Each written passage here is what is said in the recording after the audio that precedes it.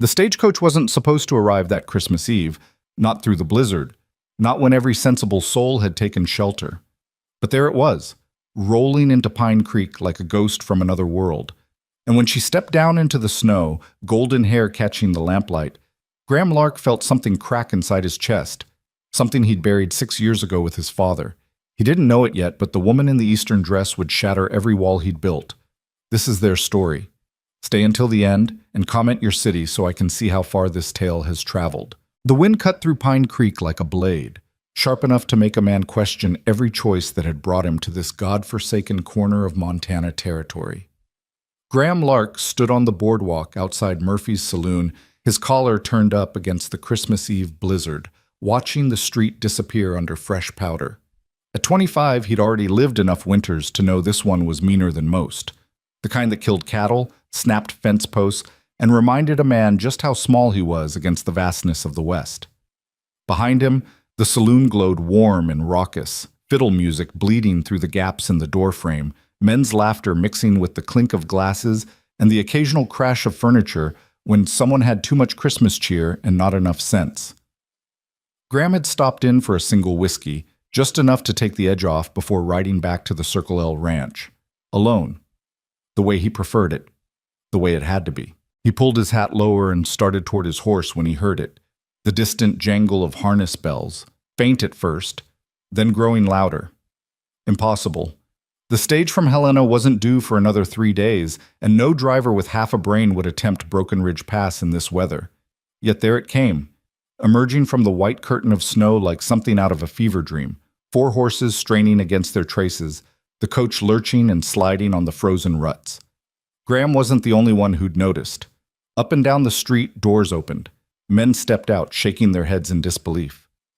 Old Pete from the telegraph office cupped his hands around his mouth and hollered, "That's Higgins! Crazy son of a bitch actually made it!" The stage rolled to a stop in front of the Timber Creek Hotel, and for a moment everything hung suspended. The snow, the music, the breath in Graham's lungs. Then the door swung open, and time started moving again, but differently somehow, like the world had shifted half a degree off its axis. The first person to emerge was a man in his 50s, solid and businesslike, with silver threading through his dark beard. He moved like someone accustomed to authority, careful but confident as he navigated the coach's steps. But Graham barely registered him, because behind him, stepping down into the swirling snow with one gloved hand gripping the doorframe, was a woman who didn't belong in Montana any more than a diamond belonged in a coal bucket. She was young, early 20s, he'd guess, with golden hair pinned up beneath a velvet traveling hat that probably cost more than most folks in Pine Creek made in a month. Her dress was deep green, tailored, and Eastern, with brass buttons that caught the lamplight spilling from the hotel windows. Everything about her screamed money, breeding, refinement. Everything about her said she'd stepped off the stage and into the wrong century. But it was her face that stopped Graham cold. Even from across the street, even through the falling snow, he could see the fine lines of her features, the determined set of her jaw, the intelligence in her eyes as they swept across the town, taking measure. She wasn't pretty in the fragile way of porcelain dolls. She was beautiful in the way of something wild that had been temporarily caged, something that still remembered what freedom tasted like. Their eyes met. It lasted no more than 3 seconds, maybe 4. But in that span, Graham felt the full weight of her gaze, curious, assessing, unafraid. Something in his chest lurched, a sensation he hadn't experienced since he was 19 years old, and stupid enough to believe in things like fate and future, and the possibility that another person could fill the empty spaces inside you. He turned away first, cursing under his breath. "Quite a sight, ain't she?" The voice belonged to Tom Murphy, who'd stepped out of his saloon to watch the commotion. He was grinning, tobacco stains yellowing his teeth. "Eastern quality, that one. You can smell the money from here."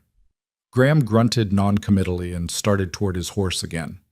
"That's Evelyn Hart," Murphy continued, undeterred by Graham's silence. The man had a gift for knowing everyone's business before they knew it themselves. Traveling with her uncle, Wallace Hart. He's some kind of timber investor from Philadelphia. Word is they're here to look at the northern tracks, maybe buy up some land. "Good for them," Graham said flatly. He untied his horse's reins from the hitching post, his fingers clumsy in the cold. Heard they're staying through the new year. Shame you're such a hermit, Lark. Woman like that might what? Graham turned, and something in his expression made Murphy take a half step back. Might want to waste her time on a dirt-poor rancher? Might stick around long enough to see what Montana winters do to delicate eastern flowers? He swung up into the saddle, the leather creaking beneath him. She'll be gone before the week's out. They always are. He didn't wait for Murphy's reply. He urged his horse forward, past the hotel, past the warm glow of the windows where he could see the hearts being greeted by Gerald Foster, the hotel owner, past the false promise of Christmas cheer and human connection. Back toward the 6 miles of frozen trail that separated him from the Circle L, from the empty house his father had built, from the life he'd constructed out of necessity and stubbornness and the determination never to need anyone again. The wind howled across the open country, and Graham welcomed it. Cold was honest. Cold didn't pretend to be something it wasn't. Cold didn't make promises it couldn't keep.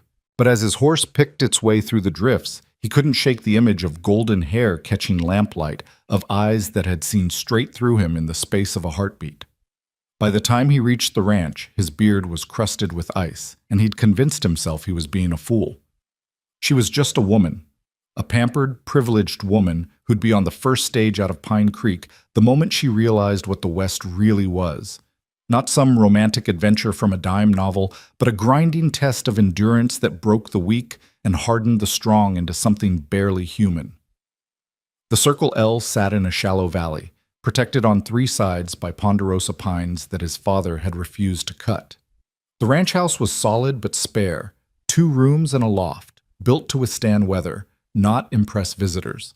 The barn was larger and in better repair. Priorities. Out here, animals mattered more than comfort. Graham stabled his horse, forked out hay, checked the dozen head of cattle huddled in the lee of the barn. Then he walked through the snow to the dark house, his boots the only sound in the vast silence. Inside, he lit a single lamp and built up the fire, his movements automatic from 6 years of practice. The room was clean but austere. A table, 2 chairs, a shelf of books his mother had loved and his father had tolerated. No decorations, no wreath on the door, no acknowledgement that tomorrow was anything but another day closer to spring. Christmas had died the year his father did. Graham poured himself a generous whiskey and sat at the table staring at the fire. Outside, the wind tested the walls, seeking weaknesses. Finding none, it moved on, disappointed. He thought about the woman, Evelyn, Murphy had called her, and felt a flicker of something dangerous, curiosity maybe, or worse, interest. He crushed it ruthlessly. He'd learned his lesson about beautiful things that didn't belong in Montana. His mother had been one, a school teacher from Boston who'd fallen in love with his father's promises of adventure and wide-open spaces. She'd lasted 8 years before the loneliness and the cold and the endless work had worn her down to nothing. He'd been 12 when she died, old enough to understand that love wasn't enough, that wanting something badly didn't make it possible. His father had changed after that, became harder, more remote. The land takes everything eventually, he'd told Graham once, drunk on Christmas Eve, staring into a fire much like this one. Your mother, your dreams, your softness. If you're smart, you'll stop fighting it, let it take what it wants and protect what's left. Graham had thought he understood. Then 6 years ago, his father had gone out to check on the herd during a January blizzard and hadn't come back. They'd found him 3 days later, frozen solid, 100 yards from the barn. He'd gotten turned around in the whiteout, died within shouting distance of home. After that, Graham had stopped pretending the West was anything but a beautiful, merciless enemy. He'd rebuilt the herd, repaired the fences, kept the ranch running through sheer stubbornness. He'd stopped going to town except when necessary. He'd stopped letting people get close. He'd stopped believing in Christmas miracles or second chances, or the idea that another person could be anything but a liability in a place where weakness meant death. It had worked. He'd survived. He'd even prospered, in his own small way. The Circle L wouldn't make anyone rich, but it was his, free and clear, and he owed nothing to any man. The price was loneliness so complete it had become a kind of companion, reliable in its constancy. Graham finished his whiskey and went to bed, expecting to forget Evelyn Hart by morning. He didn't. Christmas morning dawned clear and cold. The kind of day that made the snow sparkle like crushed diamonds and hurt your eyes to look at too long.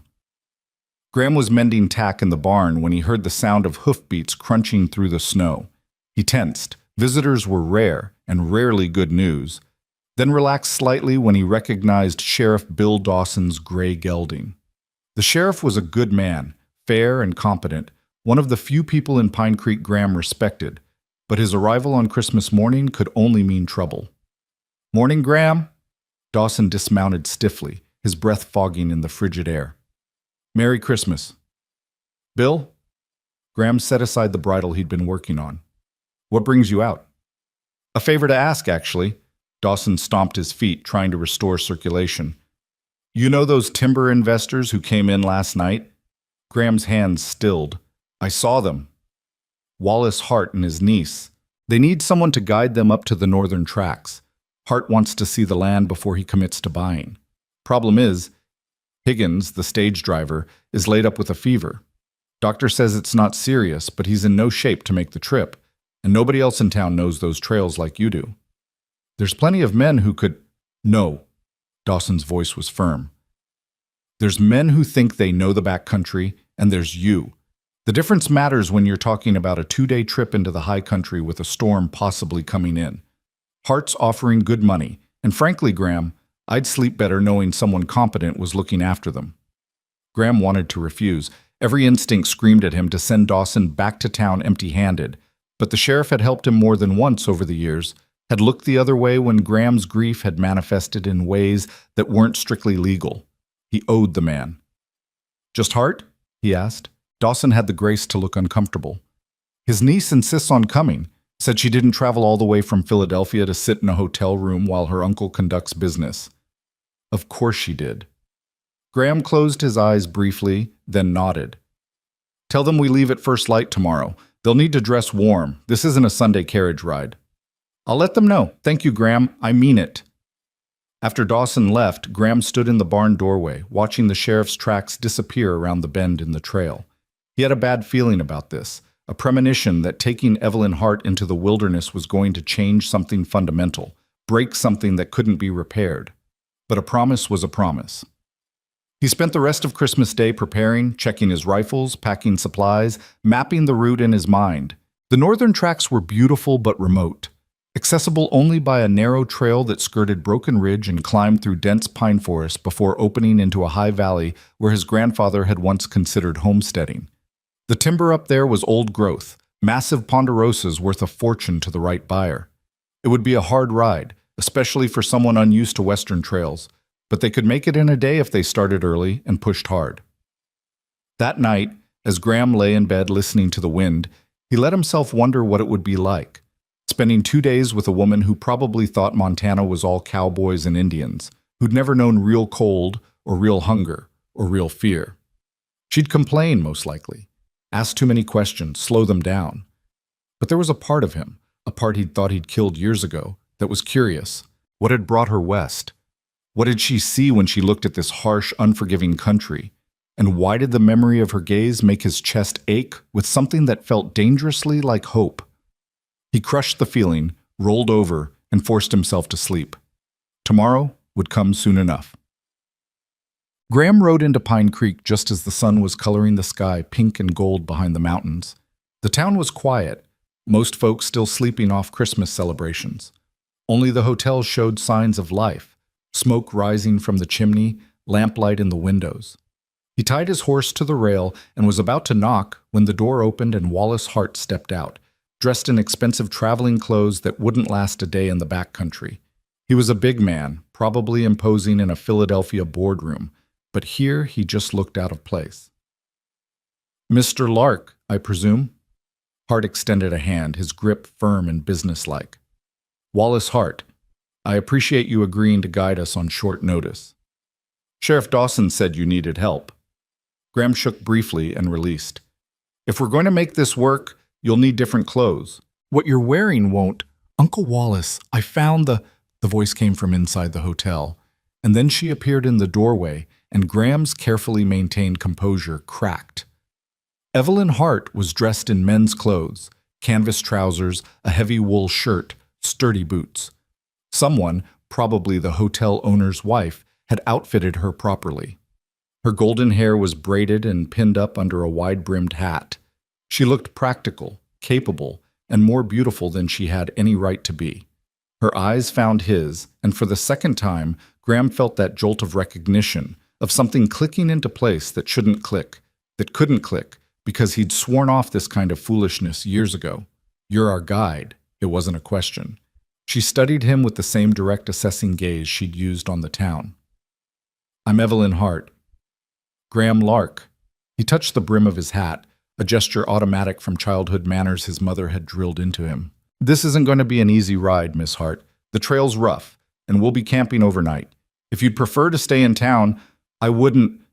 Her chin lifted slightly, a gesture of determination he recognized because he'd seen it in his own mirror often enough. "I didn't come to Montana to sit in parlors, Mr. Lark." Wallace Hart chuckled. "You'll find my niece has a stubborn streak, Mr. Lark. Comes from her father's side of the family." "Stubbornness keeps you alive out here," Graham said, still holding Evelyn's gaze. "But so does knowing when to admit you're in over your head." "Then I suppose we'll find out which applies." Her voice was level, but he caught a flash of something in her eyes. Annoyance, maybe, or the spark of a challenge accepted. Against his better judgment, Graham felt his mouth twitch towards something that might have been a smile if he'd remembered how. "I suppose we will. We need to get moving if we want to make camp before dark." "Can you ride?" "I've been riding since I was 6 years old." "English saddle?" "Does it matter?" "Western saddle's different. Heavier. Built for long days and rough terrain, not jumping fences in a paddock." "Then I'll learn." She moved past him toward where the horses waited, and he caught a scent of something floral, lavender maybe, or rosewater, that had no business in a Montana winter. The ride started in silence, single file on the narrow trail that led north out of Pine Creek. Graham took point, Wallace Hart in the middle, and Evelyn bringing up the rear. The first hour was easy, following the creek bottom where the snow wasn't too deep and the horses could find their footing. Graham kept them at a steady walk, letting the Harts adjust to the saddles, the altitude, the reality of what they'd signed up for. He glanced back periodically, checking their progress. Wallace seemed capable enough, though his city softness showed in the way he sat too stiffly, fighting the horse's rhythm instead of moving with it. But Evelyn surprised him. She'd settled into the saddle naturally, her body already learning the different balance, her hands light on the reins. When they stopped to water the horses at a tributary, Graham finally broke the silence. "We'll reach Broken Ridge Pass by midday. That's where it gets steep. Stay close, and if your horse acts nervous, don't fight it. They can sense rockfall better than we can." "Have you lost many clients to rockfall, Mr. Lark?" Evelyn asked, dismounting with only a slight stumble. "I don't have clients, Miss Hart. I have a ranch. This is a favor to the sheriff." "A favor that comes with payment, I understand." "Money's money." He refilled his canteen from the stream, the water so cold it made his teeth ache. "Doesn't mean I have to like playing nursemaid to tourists." Her eyes flashed. "We're hardly—" "Evelyn." Wallace's voice carried a warning. He turned to Graham with a placating smile. "You'll have to forgive my niece, Mr. Lark. She spent too much time in my brother's business offices, learning to speak her mind. Sometimes she forgets the frontier has different courtesies." "The frontier doesn't have courtesies," Graham said bluntly. "It has survival. You speak plain, you act fast, and you don't waste time on pretty words when pretty words don't change facts." He caught Evelyn's gaze. "Your uncle's right. You are tourists. Nothing wrong with that, but let's not pretend otherwise. I'll get you to the timber tracks and back safely if you follow my lead. That's the deal." For a moment he thought she might argue. Then, surprisingly, she laughed, a genuine sound that transformed her face from beautiful to luminous. "You're right. We are tourists, and you're doing us a favor we don't properly appreciate." She extended her hand. "Truce?" Graham looked at her outstretched hand, at the fine bones visible through her glove, at the smile that was somehow both apologetic and challenging. Against every bit of common sense he possessed, he shook it. "Truce." Her grip was firmer than he'd expected, and she held on a fraction longer than necessary, her eyes searching his face for something he couldn't name and wasn't sure he wanted her to find. They remounted and continued climbing. By the time they reached Broken Ridge Pass, the temperature had dropped and clouds were gathering to the west, heavy, dark formations that promised snow before nightfall. Graham studied them with a practiced eye, calculating odds and distances. They could push on to the timber tracks, but then they'd be caught in the high country when the storm hit. Better to make camp early, wait it out in shelter. The decision made, he led them off the main trail toward a spot he'd used before, a small clearing protected by a rock overhang with a natural windbreak and enough deadfall for a proper fire. They reached it just as the first flakes began to drift down. "We're stopping?" Wallace looked around, clearly hoping for something more substantial than rock and trees. "I thought we'd reach the timber tracks today. Storm's coming in faster than expected. We camp here, ride out tomorrow if it clears." Graham dismounted and started unpacking. "Help me gather firewood before it gets dark. Miss Hart, there's a deadfall pine about 30 yards that way. Break off the smaller branches, the dry ones." She didn't question, just headed in the direction he'd indicated. Wallace helped Graham set up a lean-to using pine boughs and canvas, their breath fogging as they worked. By the time Evelyn returned with an armload of wood, Graham had a fire pit dug and lined with rocks. He'd built hundreds of campfires in his life, but having an audience made him self-conscious.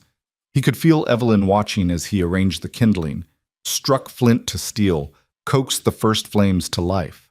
The fire caught and grew, pushing back the darkness and the cold, creating a small circle of warmth and light in the vast wilderness. "You make it look easy," she said softly, holding her hands out to the heat. "Practice." He set up the coffee pot, measured grounds from a tin. "Out here, fire's the difference between alive and dead." "Is everything life or death to you, Mr. Lark?" He glanced up, caught off guard by the question. In the firelight, her face was softer, more vulnerable than the determined woman who'd faced him down in Pine Creek. "In Montana?" "Usually, yes." Wallace had wandered off to tend to the horses, leaving them alone in the fire's glow. Snow was falling steadily now, hissing when flakes landed in the flames. Evelyn pulled her coat tighter and sat on a log Graham had dragged near the fire. "You don't think much of us, do you?" Her voice was curious, not accusatory.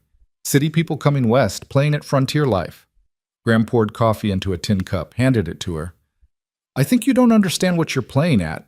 This," he gestured at the darkness beyond their small circle of light, "this will kill you if you give it half a chance.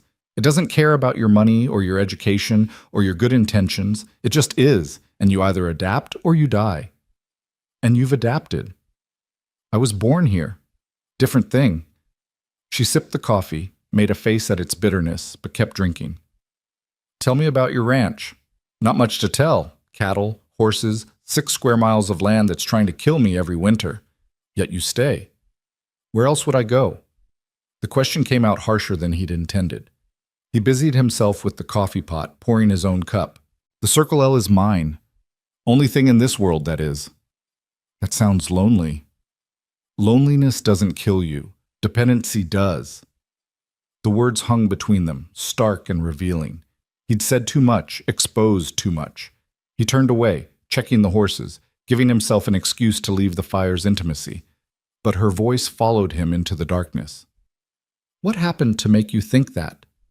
He didn't answer, couldn't answer, because to answer would be to excavate the graves of his parents, to revisit the Christmas Eves of his childhood when his mother had tried to make their rough cabin feel like a home, to remember his father's slow dissolution after she'd died, to relive the moment he'd found his father's frozen body in the snow. Some stories didn't need telling. When he returned to the fire, Wallace was back, talking business, timber prices, transport costs, the logistics of logging in Montana wilderness. Graham half listened, contributing when asked a direct question, but his attention kept drifting to Evelyn. She'd produced a small leather journal and was sketching something by firelight, her face absorbed in concentration. "What are you drawing?" The question surprised him almost as much as it surprised her. She hesitated, then turned the journal so he could see. It was the campsite, the fire, the lean-to, the horses standing together in the shadows. But it wasn't just accurate, it was alive somehow, capturing not just what things looked like, but how they felt. "You're good." "Thank you." She closed the journal, tucked it away. "I studied art before, well, before my father decided I'd be more useful in his business offices. Is that why you came west, to escape? Is that why you stay here, to escape? He almost smiled at having his own technique turned on him. Touché, Miss Hart. Evelyn, she corrected. If we're going to be camping together in the wilderness, we might as well dispense with formalities. Evelyn. Her name felt foreign on his tongue, too soft, too refined, but also right in a way he didn't want to examine too closely. And you're Graham, not Mr. Lark, not the guide. Graham. Something in his chest loosened, a knot he hadn't known was there. Graham, he agreed. The snow fell heavier and the wind picked up, but inside their small shelter the fire burned bright and the cold seemed distant. Wallace eventually bedded down, his snores providing a counterpoint to the storm. Graham and Evelyn stayed awake, talking in low voices about nothing and everything, books they'd read, places they'd seen, dreams they'd had before life had taught them to dream smaller. Do you know what I love about winter? Evelyn asked, staring into the flames. The silence, the way snow muffles everything, makes the world feel clean and new. Winter's not clean, Graham said. It's brutal, unforgiving. Can't it be both? She looked at him, and in the firelight her eyes were gold and green and impossibly deep. Beautiful and brutal? Worth loving even though it hurts? He had no answer for that. Or rather, he had too many answers, none of which he was willing to speak aloud. Eventually, she stood, brushed snow from her coat. I should sleep. Tomorrow will be another long day. Evelyn. He stopped her with a word, not sure what he wanted to say, but knowing he couldn't let her leave without saying something. You asked earlier why I think dependency kills. The answer is, I've watched it happen. To people I loved. This place, Montana, it's magnificent, but it takes everything, your strength, your softness, your hope. If you depend on anyone but yourself, when they break, and they will break, you go down with them. She studied him for a long moment, snow catching in her hair, melting on her cheeks. Maybe you've just never met anyone strong enough not to break. Then she was gone, disappearing into the lean-to, leaving Graham alone with the fire and the snow and the uncomfortable sensation that something inside him was shifting, thawing, coming dangerously back to life. He sat up long after the fire burned down to embers, watching the snow fall and wondering what the hell he was doing, letting a woman he barely knew chip away at walls he'd spent 6 years building. The answer, he suspected, was both simple and terrifying. He was lonely. Had been lonely for so long he'd forgotten what it felt like to want someone's company, to share thoughts with another person, to hear his name spoken with something other than transaction or necessity. And Evelyn Hart, with her Eastern grace and her artist soul and her refusal to be intimidated by his rough edges, was exactly the kind of dangerous he couldn't afford. But dangerous things, he'd learned, had a way of being irresistible. The snow continued falling through the night, and Graham sat vigil by the dying fire, torn between the man he'd become and the man he used to be, between survival and the terrifying possibility of something more. When morning came, the world would be white and new, and they would ride deeper into the wilderness. But nothing, Graham suspected, would ever be quite the same again. Dawn broke cold and crystalline, the storm having passed in the night and left behind a world transformed. Graham woke to silence so complete it felt like the earth itself was holding its breath. He lay still for a moment beneath his bedroll, watching his exhalations fog in the frigid air, listening to the absolute quiet that only came after fresh snowfall in the high country. Then he heard it, the soft crunch of footsteps, the rustle of fabric. Someone was awake. He emerged from his shelter to find Evelyn standing at the edge of their camp, her back to him, staring out at the transformed landscape. Snow had piled nearly 2 feet deep overnight, draping every branch and boulder in white, turning the familiar pines into cathedral columns. The rising sun caught the crystals and made them sparkle like scattered stars. She didn't turn when he approached, but he saw her shoulders shift slightly, acknowledging his presence. For a long moment neither spoke, both simply watching as light spread across the valley below them, painting the snow in shades of pink and gold. "I've never seen anything like this," she finally said, her voice hushed, reverent. In Philadelphia, snow is just cold and gray and something to be endured. But this, she gestured helplessly at the vista before them. This is what cathedrals try to be and fail. Graham found himself looking at the landscape through her eyes, seeing what had become commonplace to him rendered new and miraculous. It's just winter, he said, but the words lacked conviction. No. She turned to face him, and her eyes were bright with something that looked like wonder. It's not just winter. It's proof that beauty doesn't require softness, that something can be harsh and unforgiving and still take your breath away. She paused, and when she spoke again, her voice was quieter. I think I'm beginning to understand why you stay. He wanted to tell her she was wrong, that she was romanticizing hardship, seeing poetry where there was only survival. But standing there in the pristine morning, watching dawn light catch in her hair and paint her face in shades of rose and amber, he couldn't find the words to deny what she'd said. Because she was right. This was why he stayed. Not for comfort or company or ease, but for moments like this, moments when the world revealed itself as something larger and more magnificent than the small struggles of human existence. We should wake your uncle, he said instead, breaking the spell. We've got hard riding ahead if we want to reach the timber tracks by afternoon. The moment passed. Evelyn nodded and moved toward the lean-to where Wallace still slept. Graham busied himself with the fire, coaxing last night's embers back to life, setting coffee to boil. Routine, familiar, safe. But his hands remembered the way she'd looked standing in the snow-bright dawn, and his chest carried a warmth that had nothing to do with the flames. They broke camp efficiently, Wallace proving himself more capable than Graham had given him credit for. Within an hour, they were mounted and moving, following the trail that climbed steadily toward Broken Ridge. The fresh snow made the going slower. The horses had to pick their way carefully, testing each step. But it also made the world feel newly made, untouched by human passage. Graham led them single file again, but this time Evelyn maneuvered her horse to ride beside him where the trail widened enough to permit it. Wallace seemed content to follow at a slight distance, giving them space that Graham wasn't sure he wanted but found himself grateful for nonetheless. Tell me about your mother, Evelyn said abruptly. Last night you mentioned loving people who broke. Was she one of them? He should have deflected, changed the subject, reminded her that his past was none of her concern. Instead, he found himself answering. She was from Boston, came west as a school teacher, met my father at a church social in Helena. He promised her adventure and a different kind of life. And did she get it? She got Montana.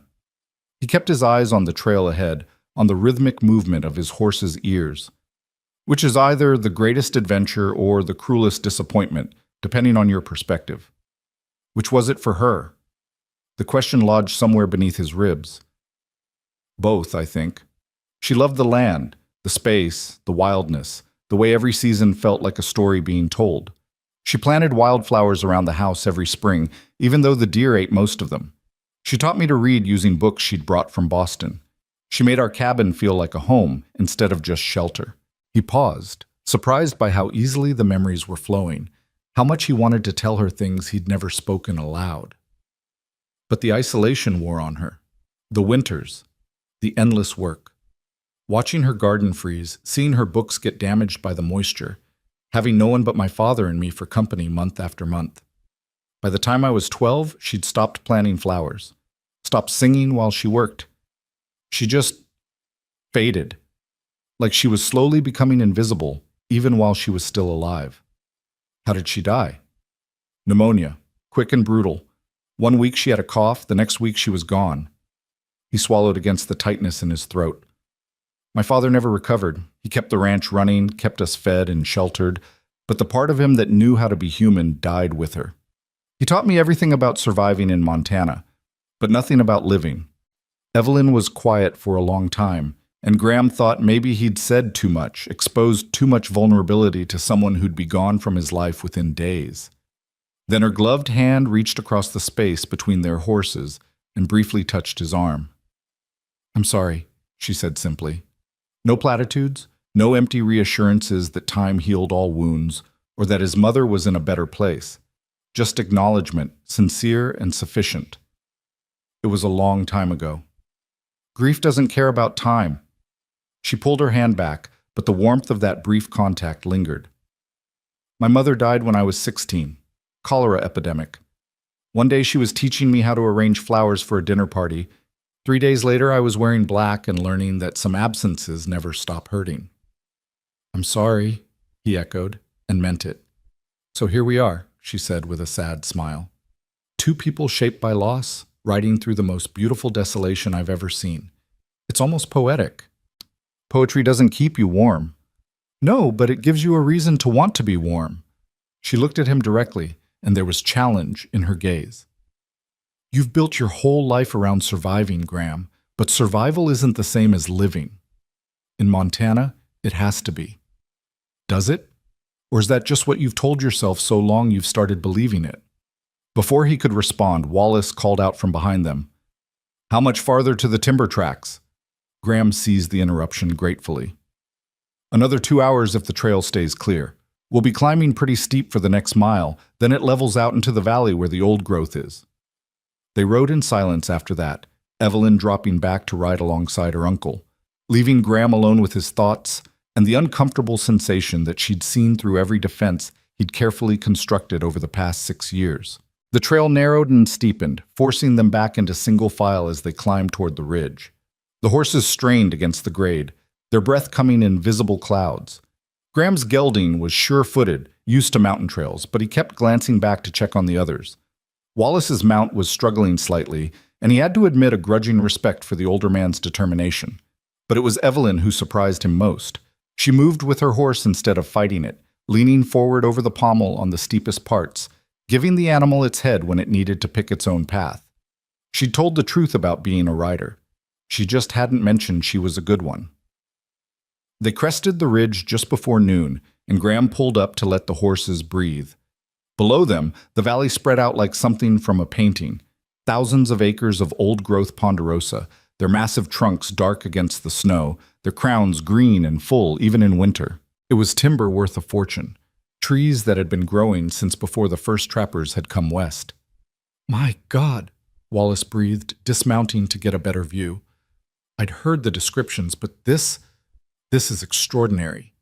Graham watched the older man's face transform with calculation and ambition, saw dollars and board feet and profit margins replacing whatever appreciation for natural beauty might have briefly flickered there. It was a look he'd seen before, on the faces of men who saw Montana as a resource to be extracted rather than a place to be respected. But Evelyn's expression was different. She stood slightly apart, her eyes moving across the valley with something that looked like mourning. How old are these trees? 300 years, some of them, maybe more. Graham moved to stand beside her. They were here before Montana was a territory, before there was a United States. And my uncle wants to cut them down. It wasn't a question, but he answered anyway. That's why we're here.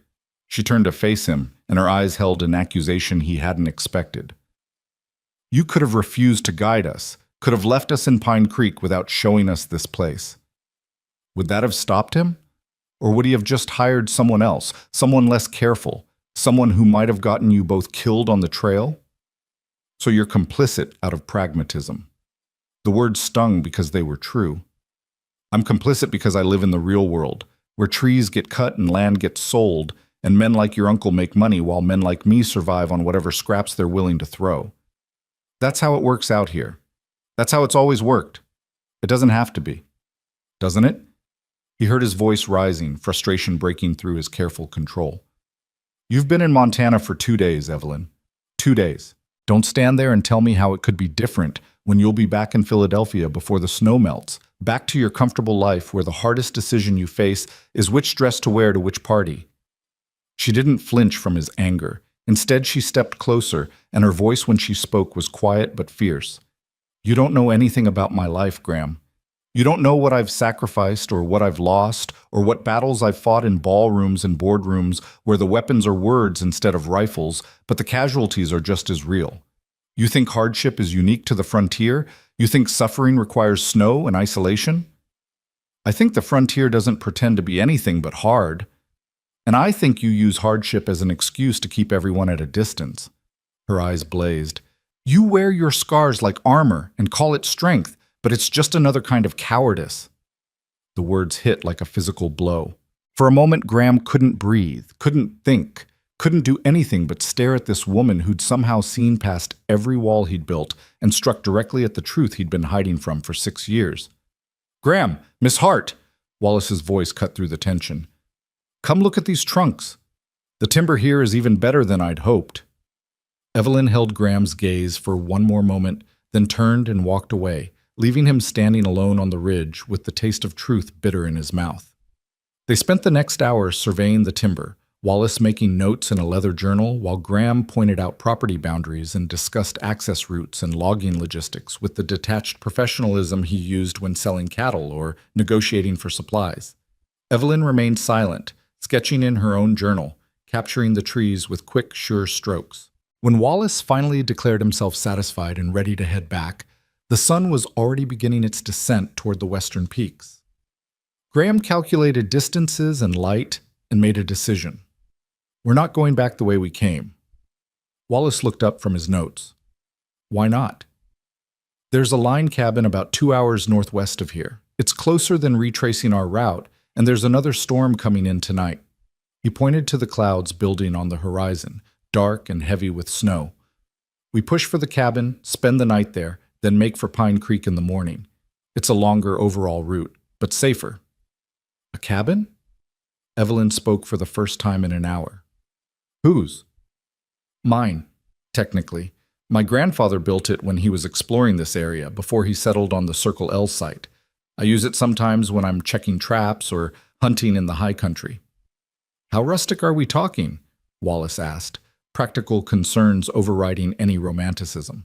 "4 walls, a roof, a fireplace, better than canvas in a blizzard."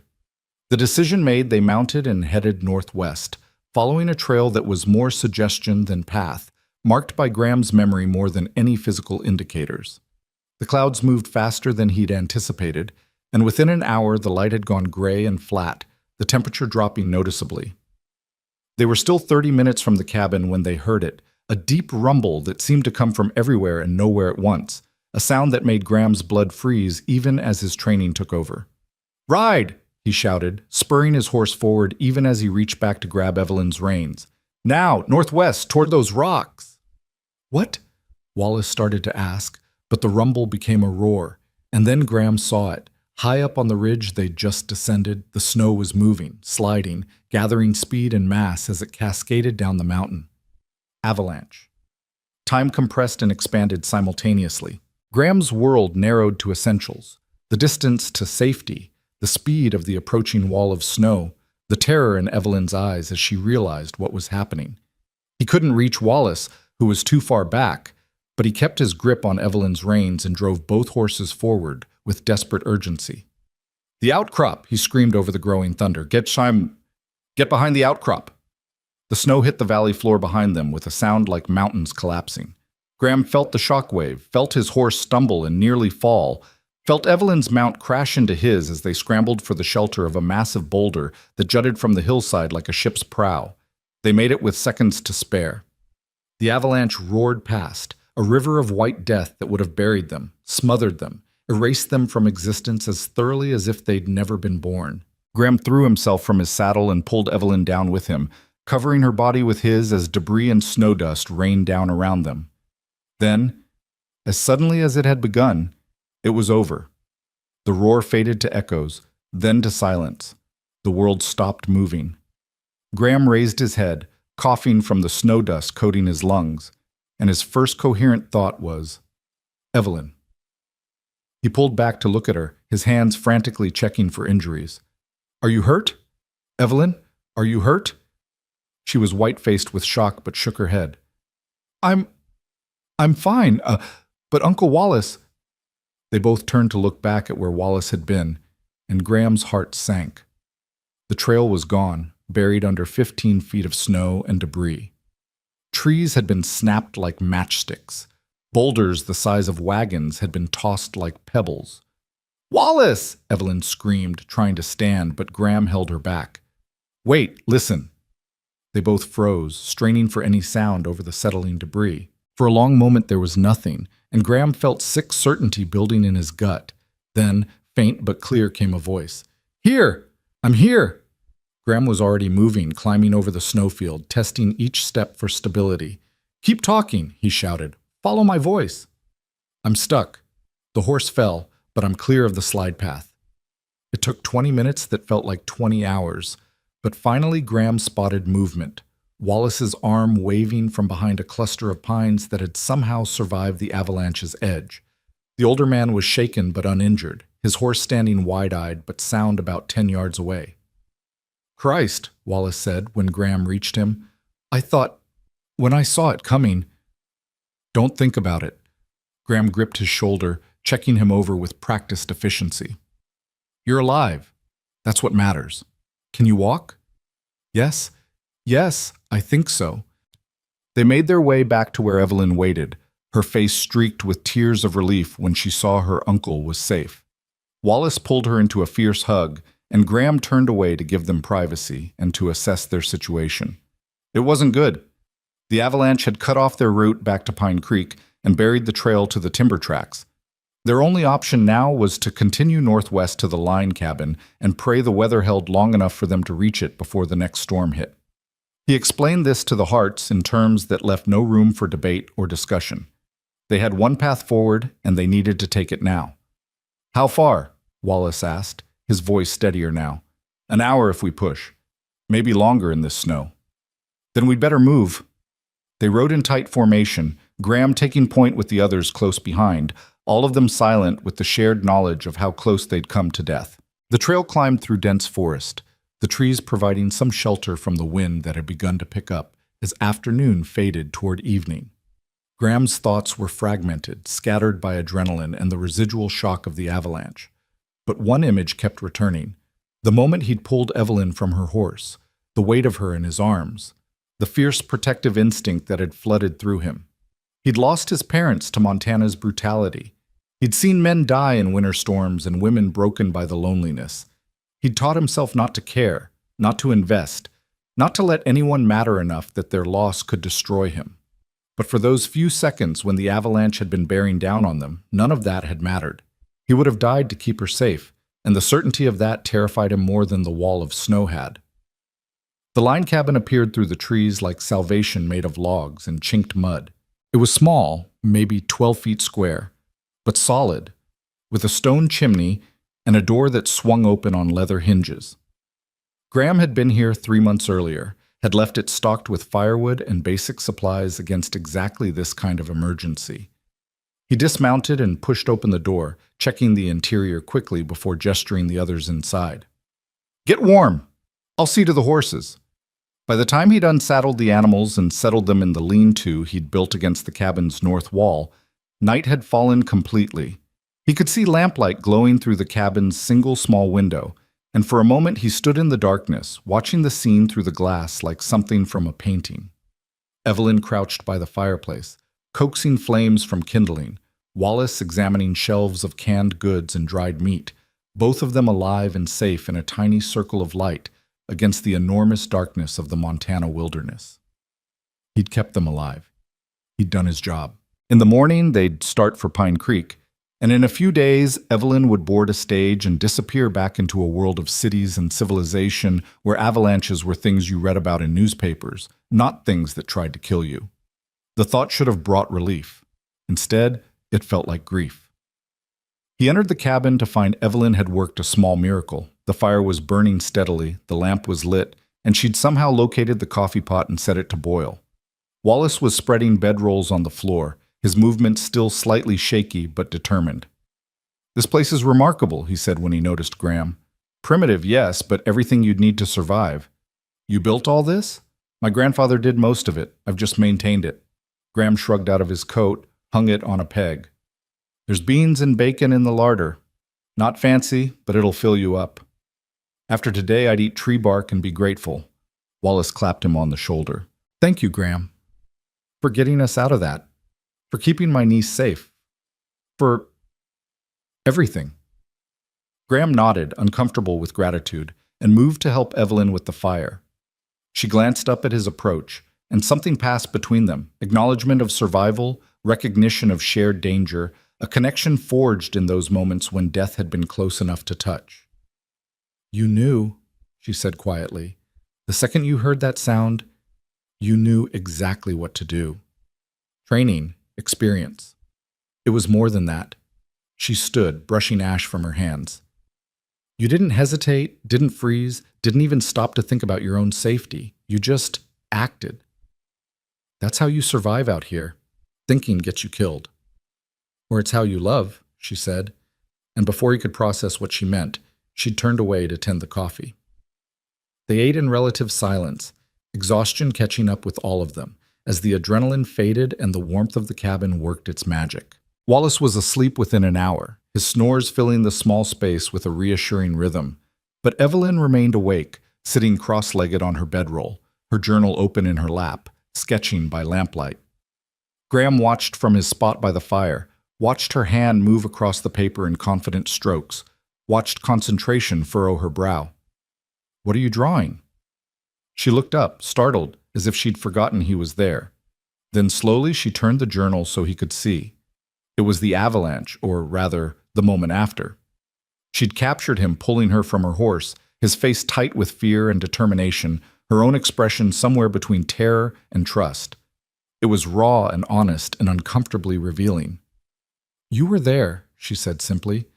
"When everything was chaos, when I couldn't think or breathe or do anything but be afraid, you were there. You kept me safe.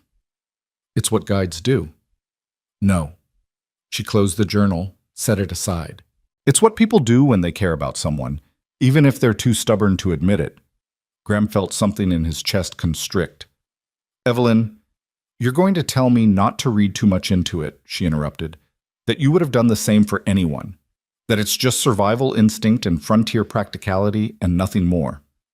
She moved closer, until she was sitting beside him, close enough that he could feel her warmth through the cold air. "But I don't believe you." "What you believe doesn't change reality."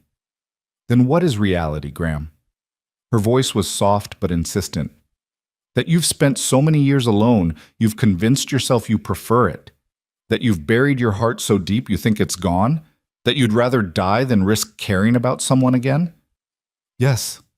The word came out harsh, desperate. "Because caring means losing. It always means losing.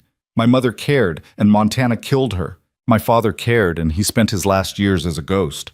I watched them both fade away, and I swore I'd never—" He stopped, breathing hard, shocked by how much he'd revealed. Evelyn didn't touch him, didn't try to comfort him with empty platitudes. She just sat there, present and real and unbearably patient, waiting until his breathing steadied and he could look at her again. "I'm not your mother," she said finally. "I'm not fragile or delicate or unprepared for hardship. I've survived things that would break most people. The death of my mother, the casual cruelty of Philadelphia society, 5 years working in a business that treats women as decorative objects instead of human beings with minds and dreams and worth." Her eyes held his, refusing to let him look away. "I came west because I was suffocating, Graham.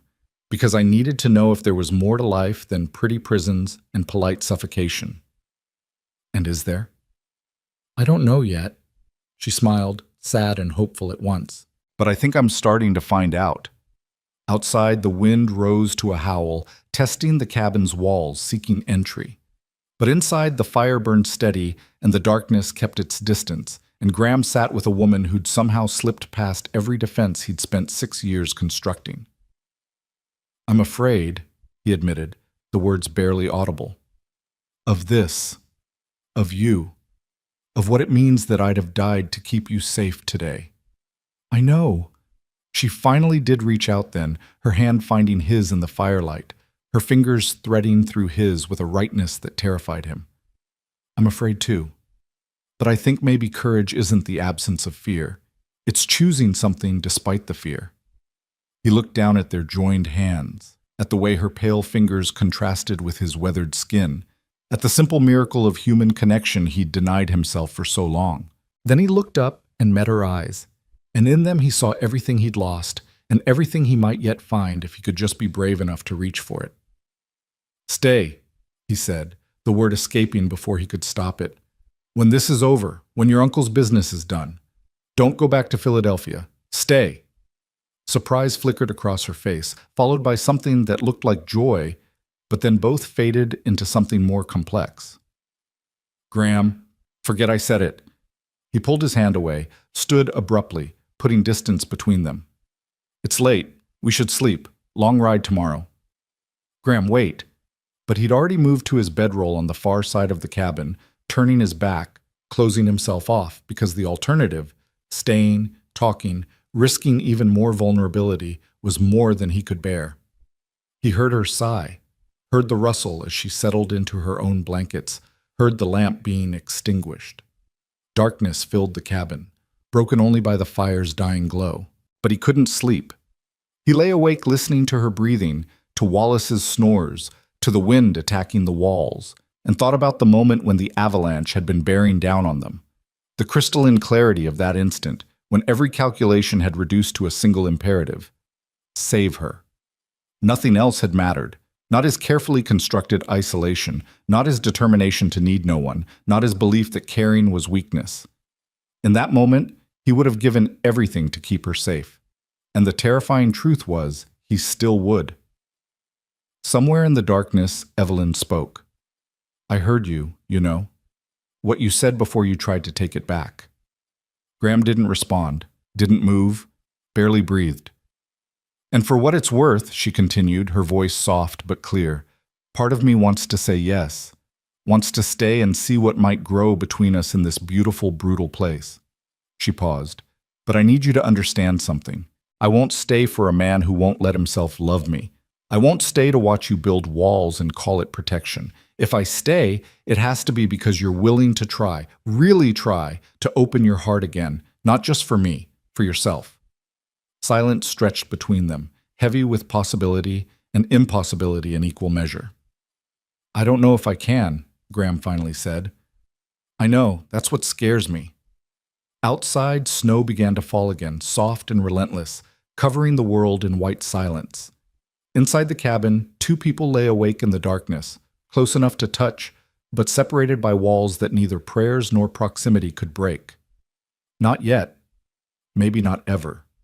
But the question had been asked, and in the asking, something fundamental had shifted. The avalanche hadn't killed them, but it had broken something loose, some frozen part of Graham's heart that had begun, against all his intentions, to thaw. Whether that would lead to growth or devastation remained to be seen. The fire burned down to embers, and eventually, exhaustion claimed them both. But even in sleep, Graham's hand remained outstretched across the small distance between his bedroll and hers, fingers reaching for something he couldn't name and didn't dare believe in. Tomorrow, they would ride for Pine Creek. Tomorrow, reality would reassert itself with all its complications and impossibilities. Tomorrow, the choice he'd offered and she'd complicated would need to be addressed. But for tonight, there was only the cabin, the snow, and the fragile, impossible hope that maybe, just maybe, two broken people might find a way to be whole together. Morning came too soon, and not soon enough. Graham woke to gray light filtering through the cabin's single window, and the sound of Evelyn moving quietly near the fireplace, coaxing the banked coals back to life. He watched her through half-closed eyes, this woman who'd somehow become essential to him in the space of 3 days, and felt the full weight of what he'd asked her last night settle on his chest like a stone. Stay. The single word hung in his mind, both plea and promise, both hope and terror. He'd meant it when he'd said it, but in the cold light of morning, the impossibility of what he was asking became clearer. What could he offer her? A hard life on a struggling ranch, winters that would test her spirit, isolation that would grind away at her cultured soul. He'd be asking her to choose the same fate his mother had chosen, and he'd watched how that story ended. Evelyn glanced over and caught him watching. Something passed across her face, recognition, maybe, or resignation, before she looked away and focused on the coffee pot. Morning, she said, her voice carefully neutral. I thought I'd let you and Uncle Wallace sleep a bit longer. The storm passed, but it's cold enough out there to freeze words before they leave your mouth. Graham sat up, the bedroll falling away, cold air hitting his skin and clearing the last fog of sleep. Wallace was still snoring softly on the far side of the cabin, oblivious to the tension crackling between his guide and his niece. We should head out soon as we can, Graham said, standing and moving to the window. Outside, the world was white and still, unmarred by tracks or movement, beautiful and deadly in equal measure. There's a pass about 2 hours south that should still be clear. We can make Pine Creek by nightfall if we don't run into trouble. And what are the odds of that? Not running into trouble? Evelyn handed him a tin cup of coffee, their fingers brushing in the exchange. Neither acknowledged the contact, but neither pulled away quickly. In Montana, about even odds on any given day. He sipped the coffee, grateful for its bitter heat. But we've got experience on our side now. You handled yourself well yesterday. Better than most would have. I was terrified. Courage isn't the absence of fear, he said, echoing her words from the night before. It's choosing something despite the fear. Her eyes met his, and for a moment the careful neutrality cracked, revealing something raw and uncertain underneath. Graham, about what you said last night, forget it. The words came out harsher than he'd intended. I spoke out of turn. The avalanche, the danger, it made me say things I shouldn't have. You've got a life in Philadelphia, responsibilities. It was unfair of me to ask you to give that up. That's not what I was going to say. Then what were you going to say? But before she could answer, Wallace stirred and sat up, groaning as his stiff muscles protested. Good Lord, I feel like I've been trampled by a herd of cattle. Is that coffee I smell? The moment shattered. Evelyn turned away to pour her uncle a cup, and Graham moved to gather his gear, and the conversation they needed to have dissolved into the mundane necessities of breaking camp and preparing to ride. Within the hour, they were mounted and moving south, following a trail that switched back down through pine forest toward the lower valleys. The morning was crystalline and brutal, the kind of cold that turned breath to ice crystals and made every exposed inch of skin ache. But the sky was clear and the wind had died, and Graham knew they'd make good time if nothing went wrong. They rode in silence at first, single file on the narrow trail, each lost in their own thoughts. Graham's mind kept circling back to Evelyn, to the question he'd asked and the answer she hadn't given. Part of him wanted to press, to know where he stood, to force a resolution one way or another. But another part, the part that had kept him alive and functional for 6 years, warned him to leave it alone, to let her return to Philadelphia and let this brief, impossible connection fade into memory. But memory, he was learning, was a poor substitute for presence. They stopped at noon to rest the horses and eat cold biscuits and jerky from Graham's supplies. Wallace wandered off to take in the view. They'd emerged from the forest onto a ridge that overlooked miles of snow-covered valleys and distant peaks. It was magnificent and terrible, the kind of landscape that made humans feel appropriately small. Evelyn stood beside her horse, one hand on its neck, her face turned toward the sun. Graham approached slowly, giving her time to hear him coming, to decide whether she wanted to talk or be left alone. There's something I want to show you, he said when he reached her. If you're willing, it'll add about 30 minutes to our journey, but we'll still make Pine Creek before dark. She turned to look at him, curious. What is it? A place my mother loved. A valley about a mile east of here. She used to say it was proof that even winter couldn't kill beauty. He hesitated, uncertain why he was offering this, why it suddenly felt important to share this piece of his past with her. I haven't been there since she died, but I think she'd want someone to see it, someone who understands. Evelyn studied his face for a long moment, and he had the unsettling sensation that she could see every thought he was trying to hide. Then she nodded. I'd like that, very much.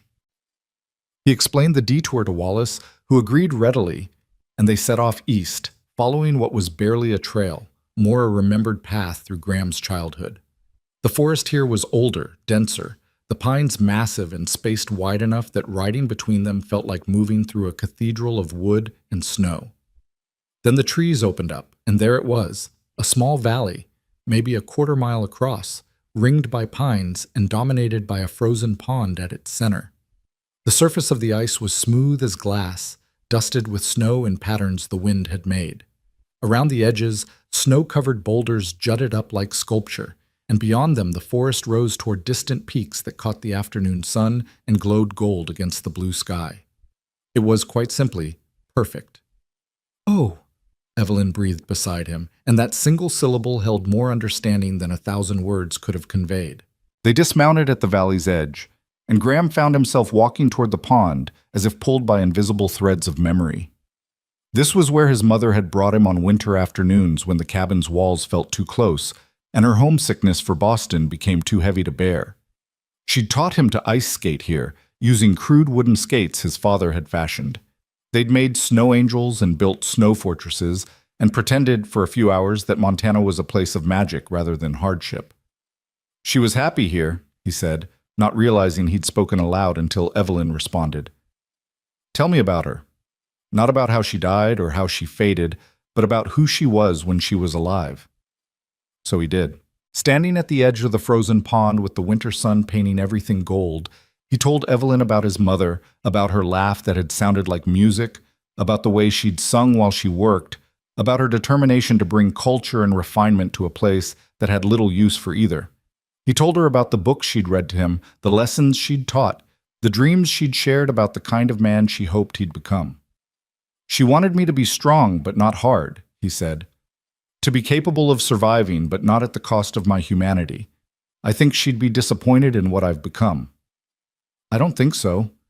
Evelyn moved closer until they were standing shoulder to shoulder, both staring out at the valley. I think she'd understand that you did what you had to do to survive, but I also think she'd want you to know that surviving isn't enough anymore, that you've proven you can endure, and now it's time to learn how to live again. And how do I do that? You start by accepting that caring about someone doesn't make you weak. It makes you human. She turned to face him, and her eyes were fierce with conviction. You start by understanding that love isn't a weakness to be avoided, but a risk worth taking. And you start by believing that maybe, just maybe, you deserve to be happy. I asked you to stay, he said, the words escaping before he could reconsider. Last night, in the cabin, I asked you to stay in Montana to give up your life in Philadelphia, and you started to answer, but we were interrupted. I need to know, Evelyn. I need to know what you were going to say. She was quiet for so long he thought she might not answer. Then she reached up and touched his face, her gloved fingers tracing the line of his jaw with a tenderness that made his chest ache. I was going to say yes, she said softly. Despite every rational thought in my head, despite not knowing you for more than 3 days, despite the impossibility and the insanity of it all, I was going to say, yes, I'll stay. Hope flared in Graham's chest, brilliant and terrifying. I need to know something first. Her hand dropped away, but her eyes held his. Are you asking me to stay because you care about me? Or because you're lonely? Are you asking me to be your partner, or just someone to fill the empty spaces in your house and your life? I don't know. The honesty cost him, but he owed her truth. I don't know how to separate those things anymore. I've been alone so long that caring and needing have gotten tangled up together. But I know that when I'm with you, the world feels less harsh. I know that when that avalanche came down, the only thing I could think was that I couldn't let you die. I know that the thought of you leaving feels like losing something I didn't know I needed until I found it. That's not the same as love. No, he agreed. But maybe it's the beginning of love. Maybe it's what's left after you've forgotten how to feel anything at all, and someone comes along and reminds you that you're still capable of it. A single tear tracked down her cheek, freezing in the cold air. I won't be your mother, Graham. I won't fade away while you watch and do nothing. If I stay, if we try this, you have to promise me that you'll fight for us, that you won't retreat into silence and self-protection the first time things get hard, that you'll let me in, really in, even when it scares you. I can't promise I'll be good at it. I'm not asking for good.